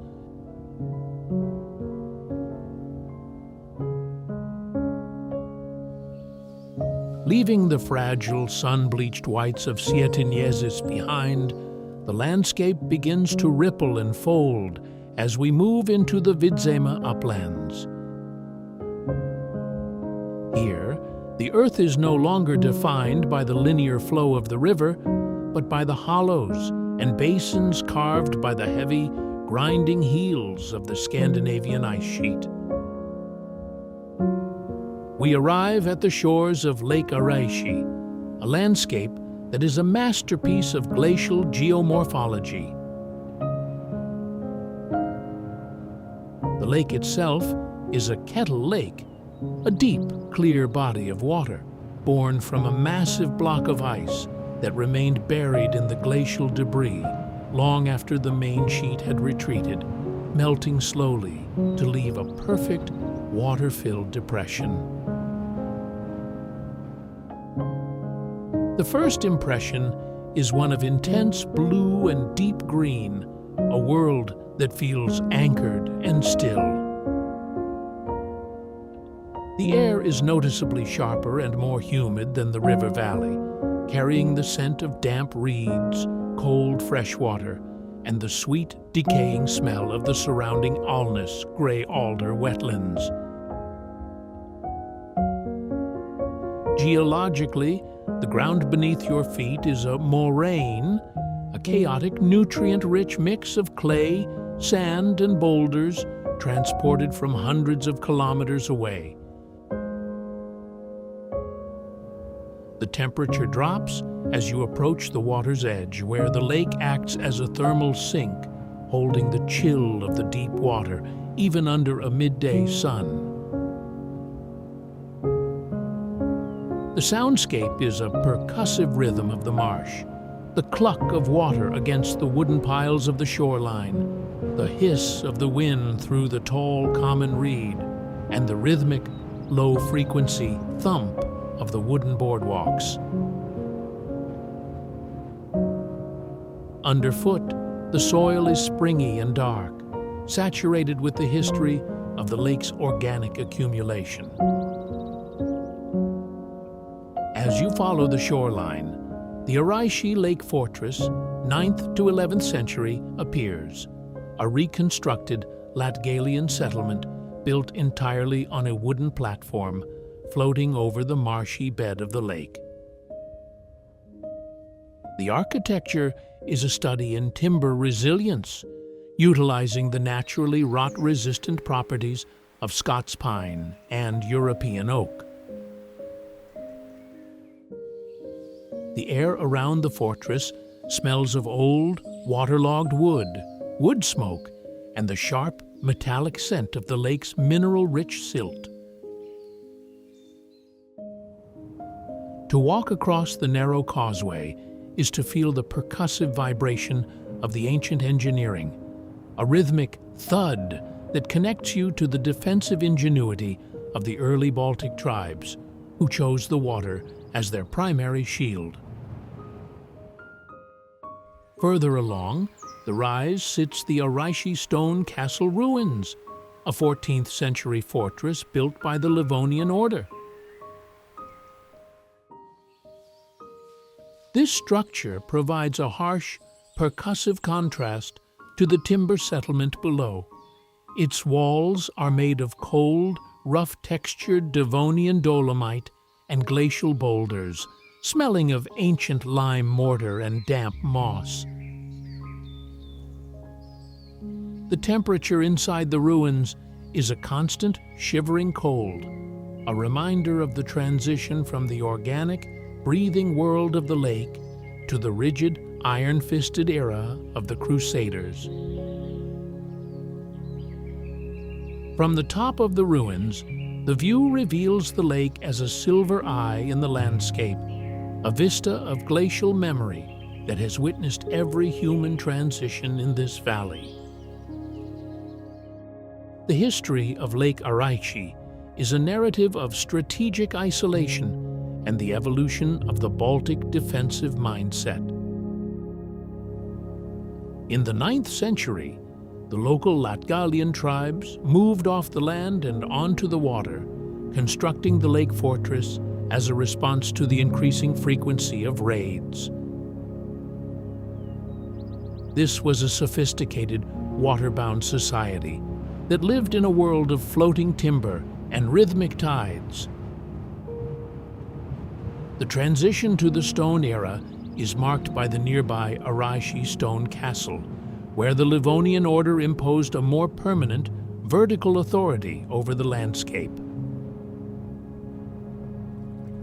To stand between the timber ruins and the stone walls is to witness the percussive collision of two different worldviews, one that moved with the water and one that sought to anchor itself in the stone. The cultural pulse of the region is centered on the living history reconstruction of the lake fortress. This is not a static museum, but a sensory laboratory where the ancient methods of log building and reed thatching are kept alive. The primary activity here is a tactile exploration of the Latgalian lifestyle, walking through the low, smoke-filled doorways of the log cabins where the air smells of beeswax, sheep's wool, and the savory, heavy aroma of open-fire cooking. The soundscape is defined by the percussive clack of wooden looms and the rhythmic chop of axes shaping pine logs. This is a culture defined by its relationship with the forest and the lake, a sensory bridge to a time when survival meant mastering the properties of the European oak and the common reed.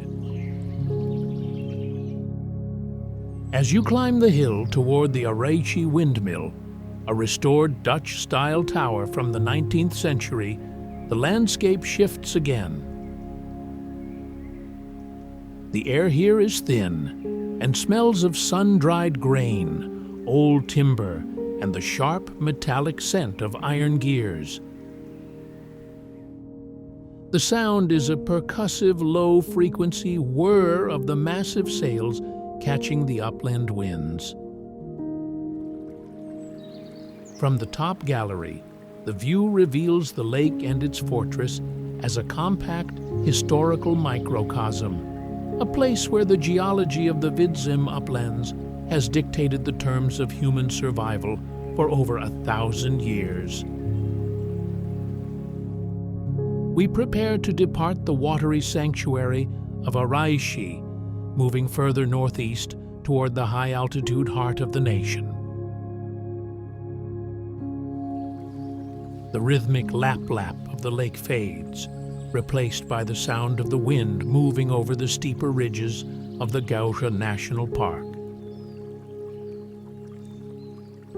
The smell of damp marshland is left behind for the dry, resinous aroma of the high-altitude pine forests. We are moving toward a place where the landscape becomes even more vertical, a territory of hidden ravines and ancient white sandstone cliffs that mark the final transition of our journey. The road ahead leads us away from the glacial kettle lakes and toward the Zvārtes Rock, a vertical monument of white stone that stands as a sentinel over the rushing waters of the Amata River. The percussive thud-thud of our tires on the gravel road is the only sound in the vast, open-air silence of the north.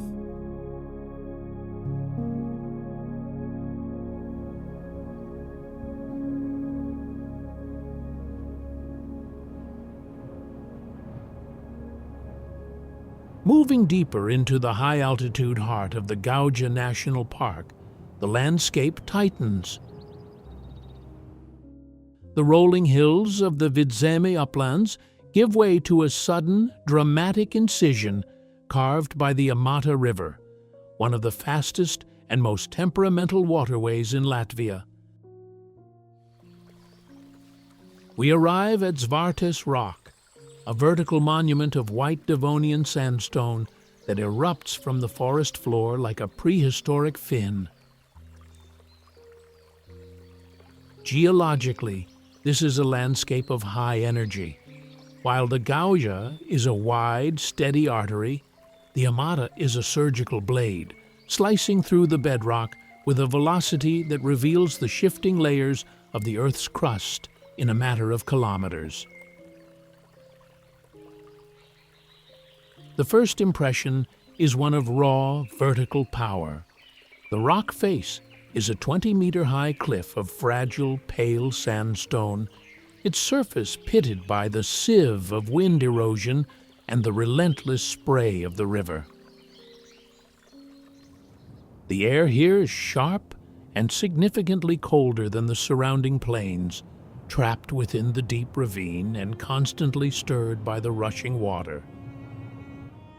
The scent is a clean, cold mixture of wet stone, crushed European spruce, Picea abies needles, and the metallic ozone-heavy aroma of the river's rapids. The soundscape is dominated by the percussive roar of the Amata.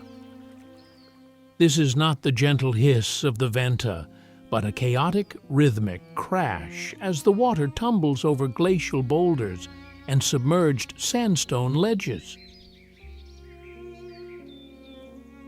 Underfoot, the path is a textured mix of slippery tree roots and fine white quartz sand. As you stand at the base of the rock, the ground beneath you vibrates with the energy of the river, a low-frequency hum that resonates through the soles of your boots. Following the bank, you reach the Ķemeri Rock, a curved, amphitheater-like cliff situated at a sharp bend in the river. The water here is a dark, swirling amber, smelling of deep forest tannins and cold silt. The air is perpetually damp, and the silence of the woods is broken by the percussive thwack of the current hitting the sandstone wall. To touch the stone here is to feel the grit of the Devonian era, a 350-million-year-old sediment that feels like cold, wet sugar. Further up the trail, the landscape reveals the Witch's Meadow, a wide, grassy clearing at the foot of the cliffs. The sound of the river softens here into a textured rush, and the air carries the sweet, honey-like scent of meadowsweet and wild mint. The temperature rises in the open sun, providing a sensory contrast to the shivering chill of the rock face. This is the transition point where the river's violence meets the forest's stillness, a place where the geology of the north displays its most jagged and beautiful edges.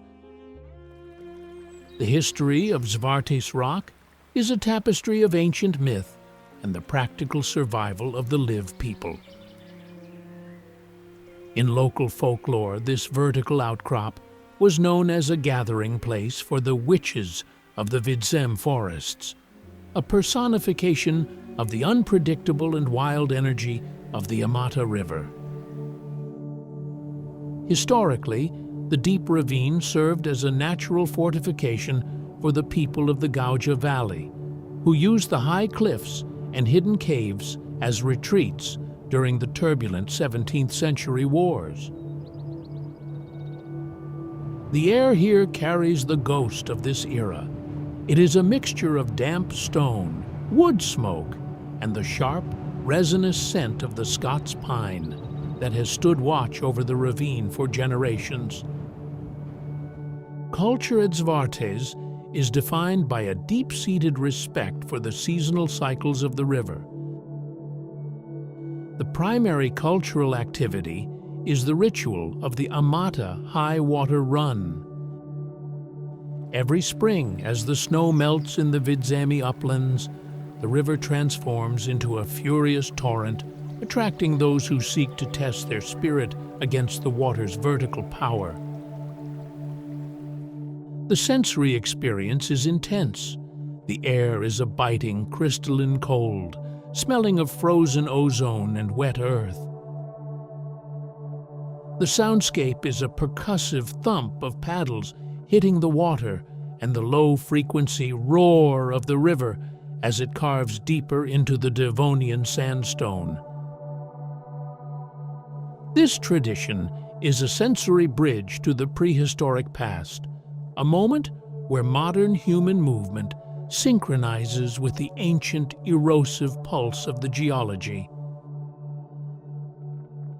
As you climb the wooden stairs to the observation platform atop the rock, the transition is profound.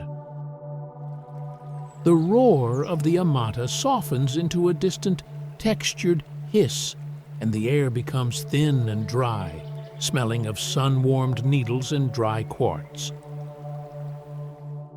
From this height, the ravine appears as a deep green scar in the earth, a vista of glacial memory and riverborne defiance. The percussive clack of your boots on the wooden steps is a rhythmic reminder of the human effort required to overlook this wild, indifferent landscape. We prepare to depart the jagged white kingdom of Zvārtes, moving toward the final chapter of our journey. The rhythmic crash of the river fades, replaced by the sound of the wind moving over the flat coastal plains. The smell of cold river silt is left behind for the salty mineral tang of the Baltic shore. We are moving away from the high-altitude sandstone and toward the place where the land finally meets the sea, a territory of white sand and ancient maritime memories that mark the end of our Baltic transit. The road leads us toward Saulkrasti, where the vertical sandstone cliffs are replaced by the horizontal power of the white dune. The percussive thrum of our journey's end begins to echo in the distance, a sound of waves and wind that has waited for us since we left the tip of Kolka.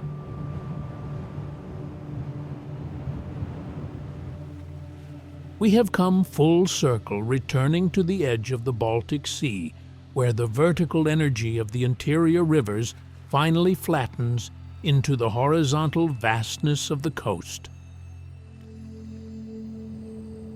We arrive at Saulkrasti, home to the White Dune, a massive 18-meter-high wall of sand that stands as a geological monument to the post-glacial era.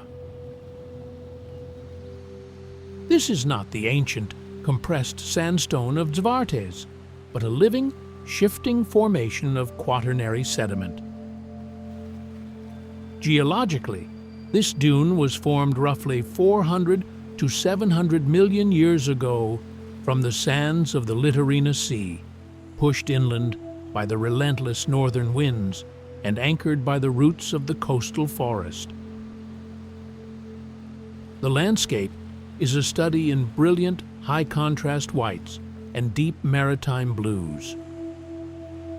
The Inchupe River meanders at the base of the dune, its dark tannin-stained water providing a sharp, percussive lap against the bright sandbanks. The air here is thin and carries the powerful mineral tang of the sea, mixed with the sharp, resinous scent of Scots pine and the dry, sweet aroma of sea lime grass. The temperature is a dialogue between extremes. The white sand reflects the sun's heat with an intense, glaring warmth, while the steady sea breeze brings a constant, shivering chill. The soundscape is a textured layering of the coast. The hiss of the wind through the dune grass creates a high-frequency white noise, punctuated by the rhythmic low-frequency boom of the Baltic waves hitting the shore. Underfoot, the sand is fine and percussive, producing a unique singing or squeaking sound as the quartz grains rub together under the pressure of your boots. Walking the Sunset Trail, the ground is a mix of soft sand and the hard rhythmic clack of wooden boardwalks designed to protect the fragile mosses and lichens of the dune's crest.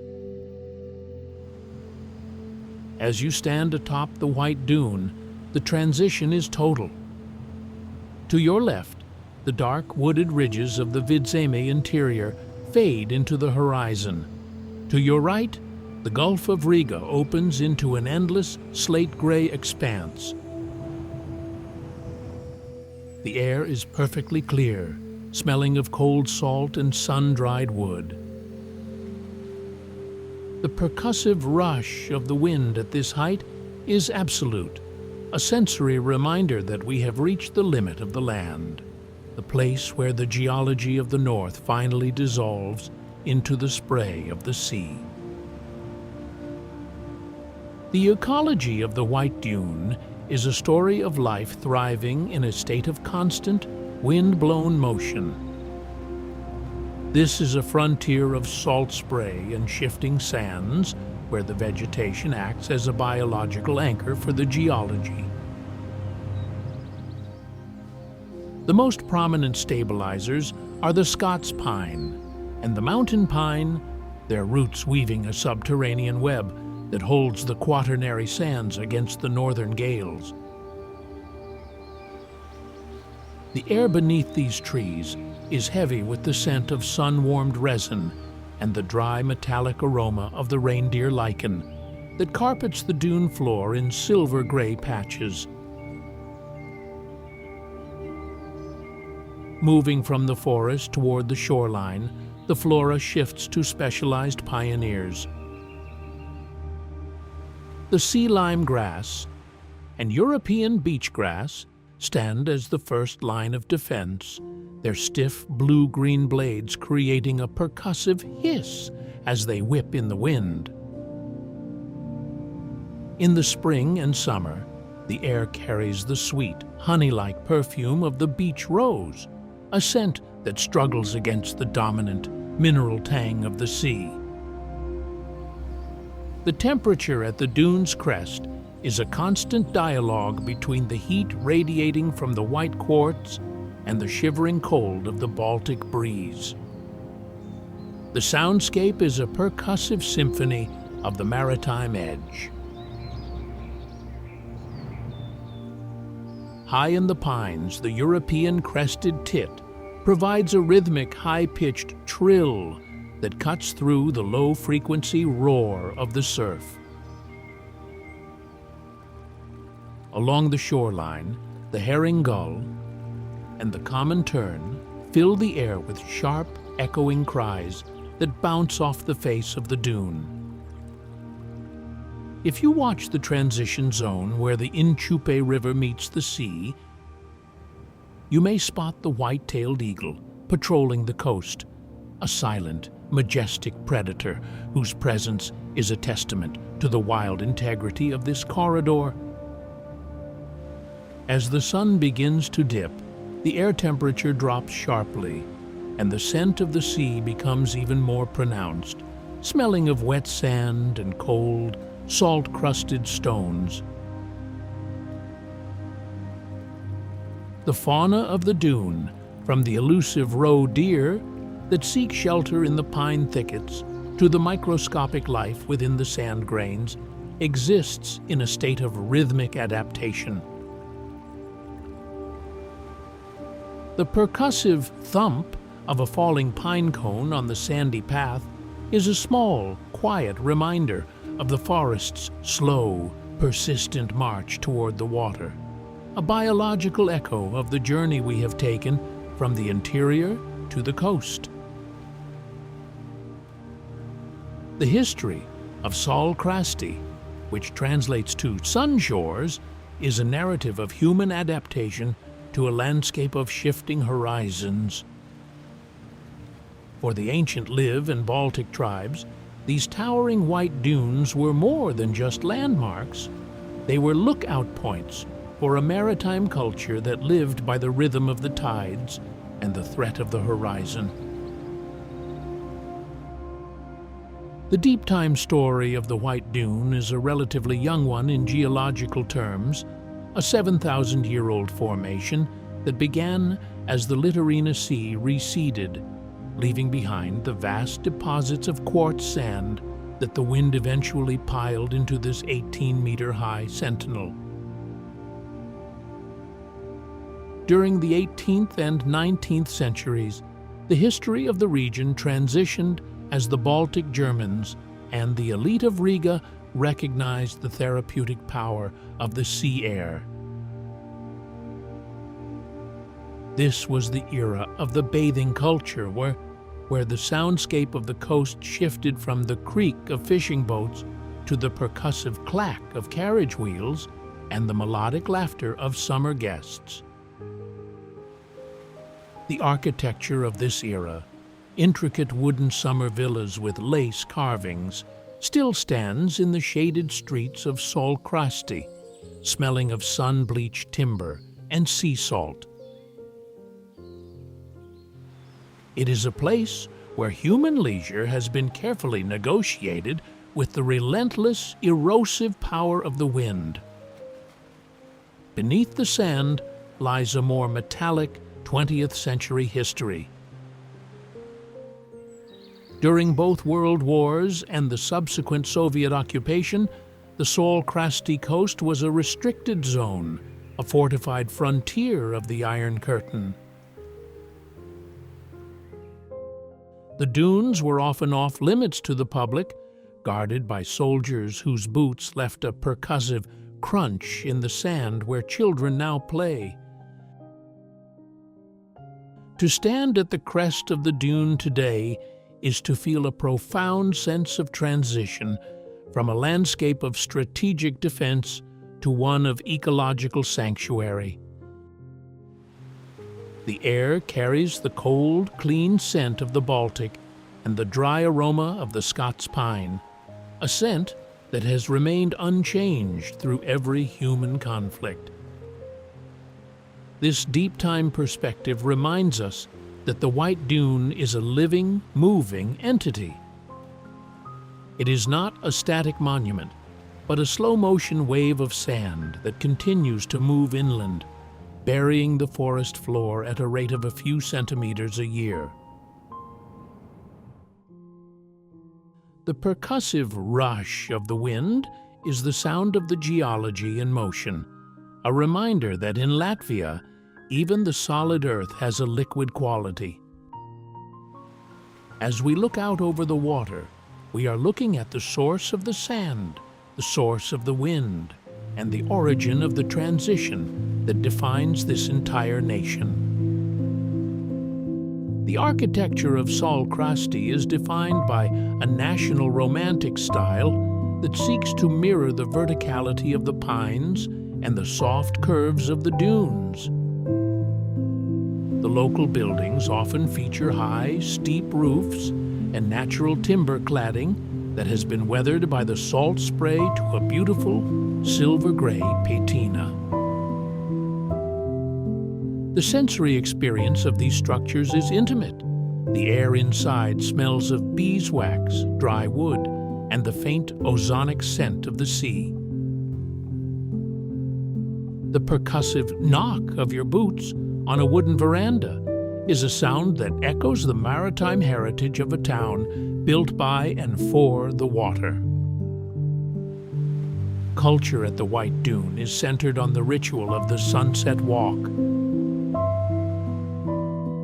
For generations, locals and travelers alike have gathered at the crest of the dune to watch the sun sink into the Gulf of Riga. The air is thick with the scent of the sea and the dry, resinous perfume of the Scots pine stands. To participate in this ritual is to join a long-running dialogue between the people of Latvia and the horizontal vastness of their western border. As evening settles, the culture of the coast finds its voice in the Saulkrasti Jazz Festival, an event where the percussive snap of the snare drum and the thrum of the bass mimic the rhythmic energy of the sea. The sound of the music bounces off the face of the white dune, creating an acoustic chamber that blends human creativity with the raw acoustics of the wind. The temperature drops sharply as the sun disappears, and the air becomes a shivering, crystalline cold, smelling of wet sand and wood smoke from the nearby villas. The trail finally leads to the Saulkrasti Bicycle Museum, a collection that celebrates the mechanical history of human movement across this landscape. The architecture here is industrial and functional, smelling of cold iron, oil, and old rubber.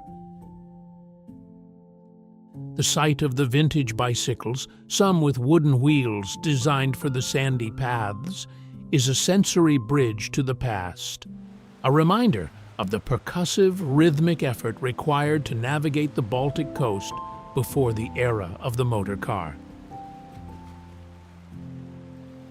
As we prepare to end our journey, the scent of the sea salt on our skin and the sound of the wind in the dunes are the final memories of a nation built on the transition from the deep red interior to the brilliant white edge of the world. Latvia doesn't travel like a single story. It travels like a sequence of worlds. We began our journey at Cape Kolka, the sharp, sandy collision point where the Baltic Sea and the Gulf of Riga meet, a landscape of divided waters and maritime ghosts that taught us the coastal rhythm of this nation. We moved inland to the horizontal dominance of the Venta Rapid, Europe's widest waterfall, where the ancient Devonian Dolomite shelf creates a liquid staircase that has witnessed centuries of human ambition and seasonal biological struggle. From there, we descended into the Abava ancient valley, entering a sanctuary of glacial memory carved by meltwater 12,000 years ago, where the history of the Baltic tribes still feels anchored in the sandstone ravines and hidden springs. The ground then changed into something softer and more ancient at the great Ķemeri Bog. In this 8,000-year-old kingdom of sphagnum moss and sulfur springs, we explored a landscape that breathes slowly through anaerobic time, a place that transitioned from a Victorian health resort to a silent, wild sanctuary. We moved toward the gravitational center of the nation in Old Riga, a city built on the shifting alluvial memories of the Daugava River. Here we saw how a medieval heart survived on wooden foundations, balancing its Hanseatic trade history with a modern pulse. Our route then turned toward the vertical drama of the Gauja River Valley at Sigulda, where red sandstone cliffs and crusader castles displayed Georgia's and the world's geological and human history, raw and undeniable. Near the river's edge, we stood before the fragile, brilliant whites of Sietiņiezis Rock, a monument of compressed quartz and sieve-like wind erosion.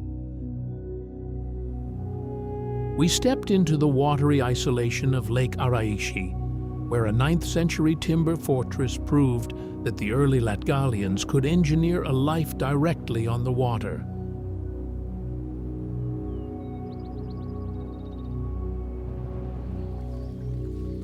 Finally, we face the jagged power of Zvārtes rock and the rushing Amata river before returning to the coast at Saulkrasti, where the white dune stands as a vertical sentinel over the moving shoreline.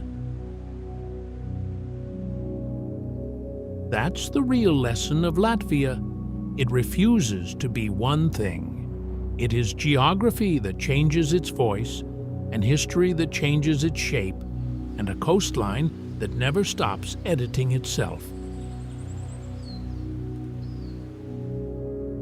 If you enjoyed this journey, subscribe to Era Trails for more documentaries like this, and join us as we follow the world's most beautiful places and the stories that made them. Drop a comment with the next destination you want to see, and if this film left you with a new sense of Latvia, share it with someone who needs a reason to go. Until the next trail.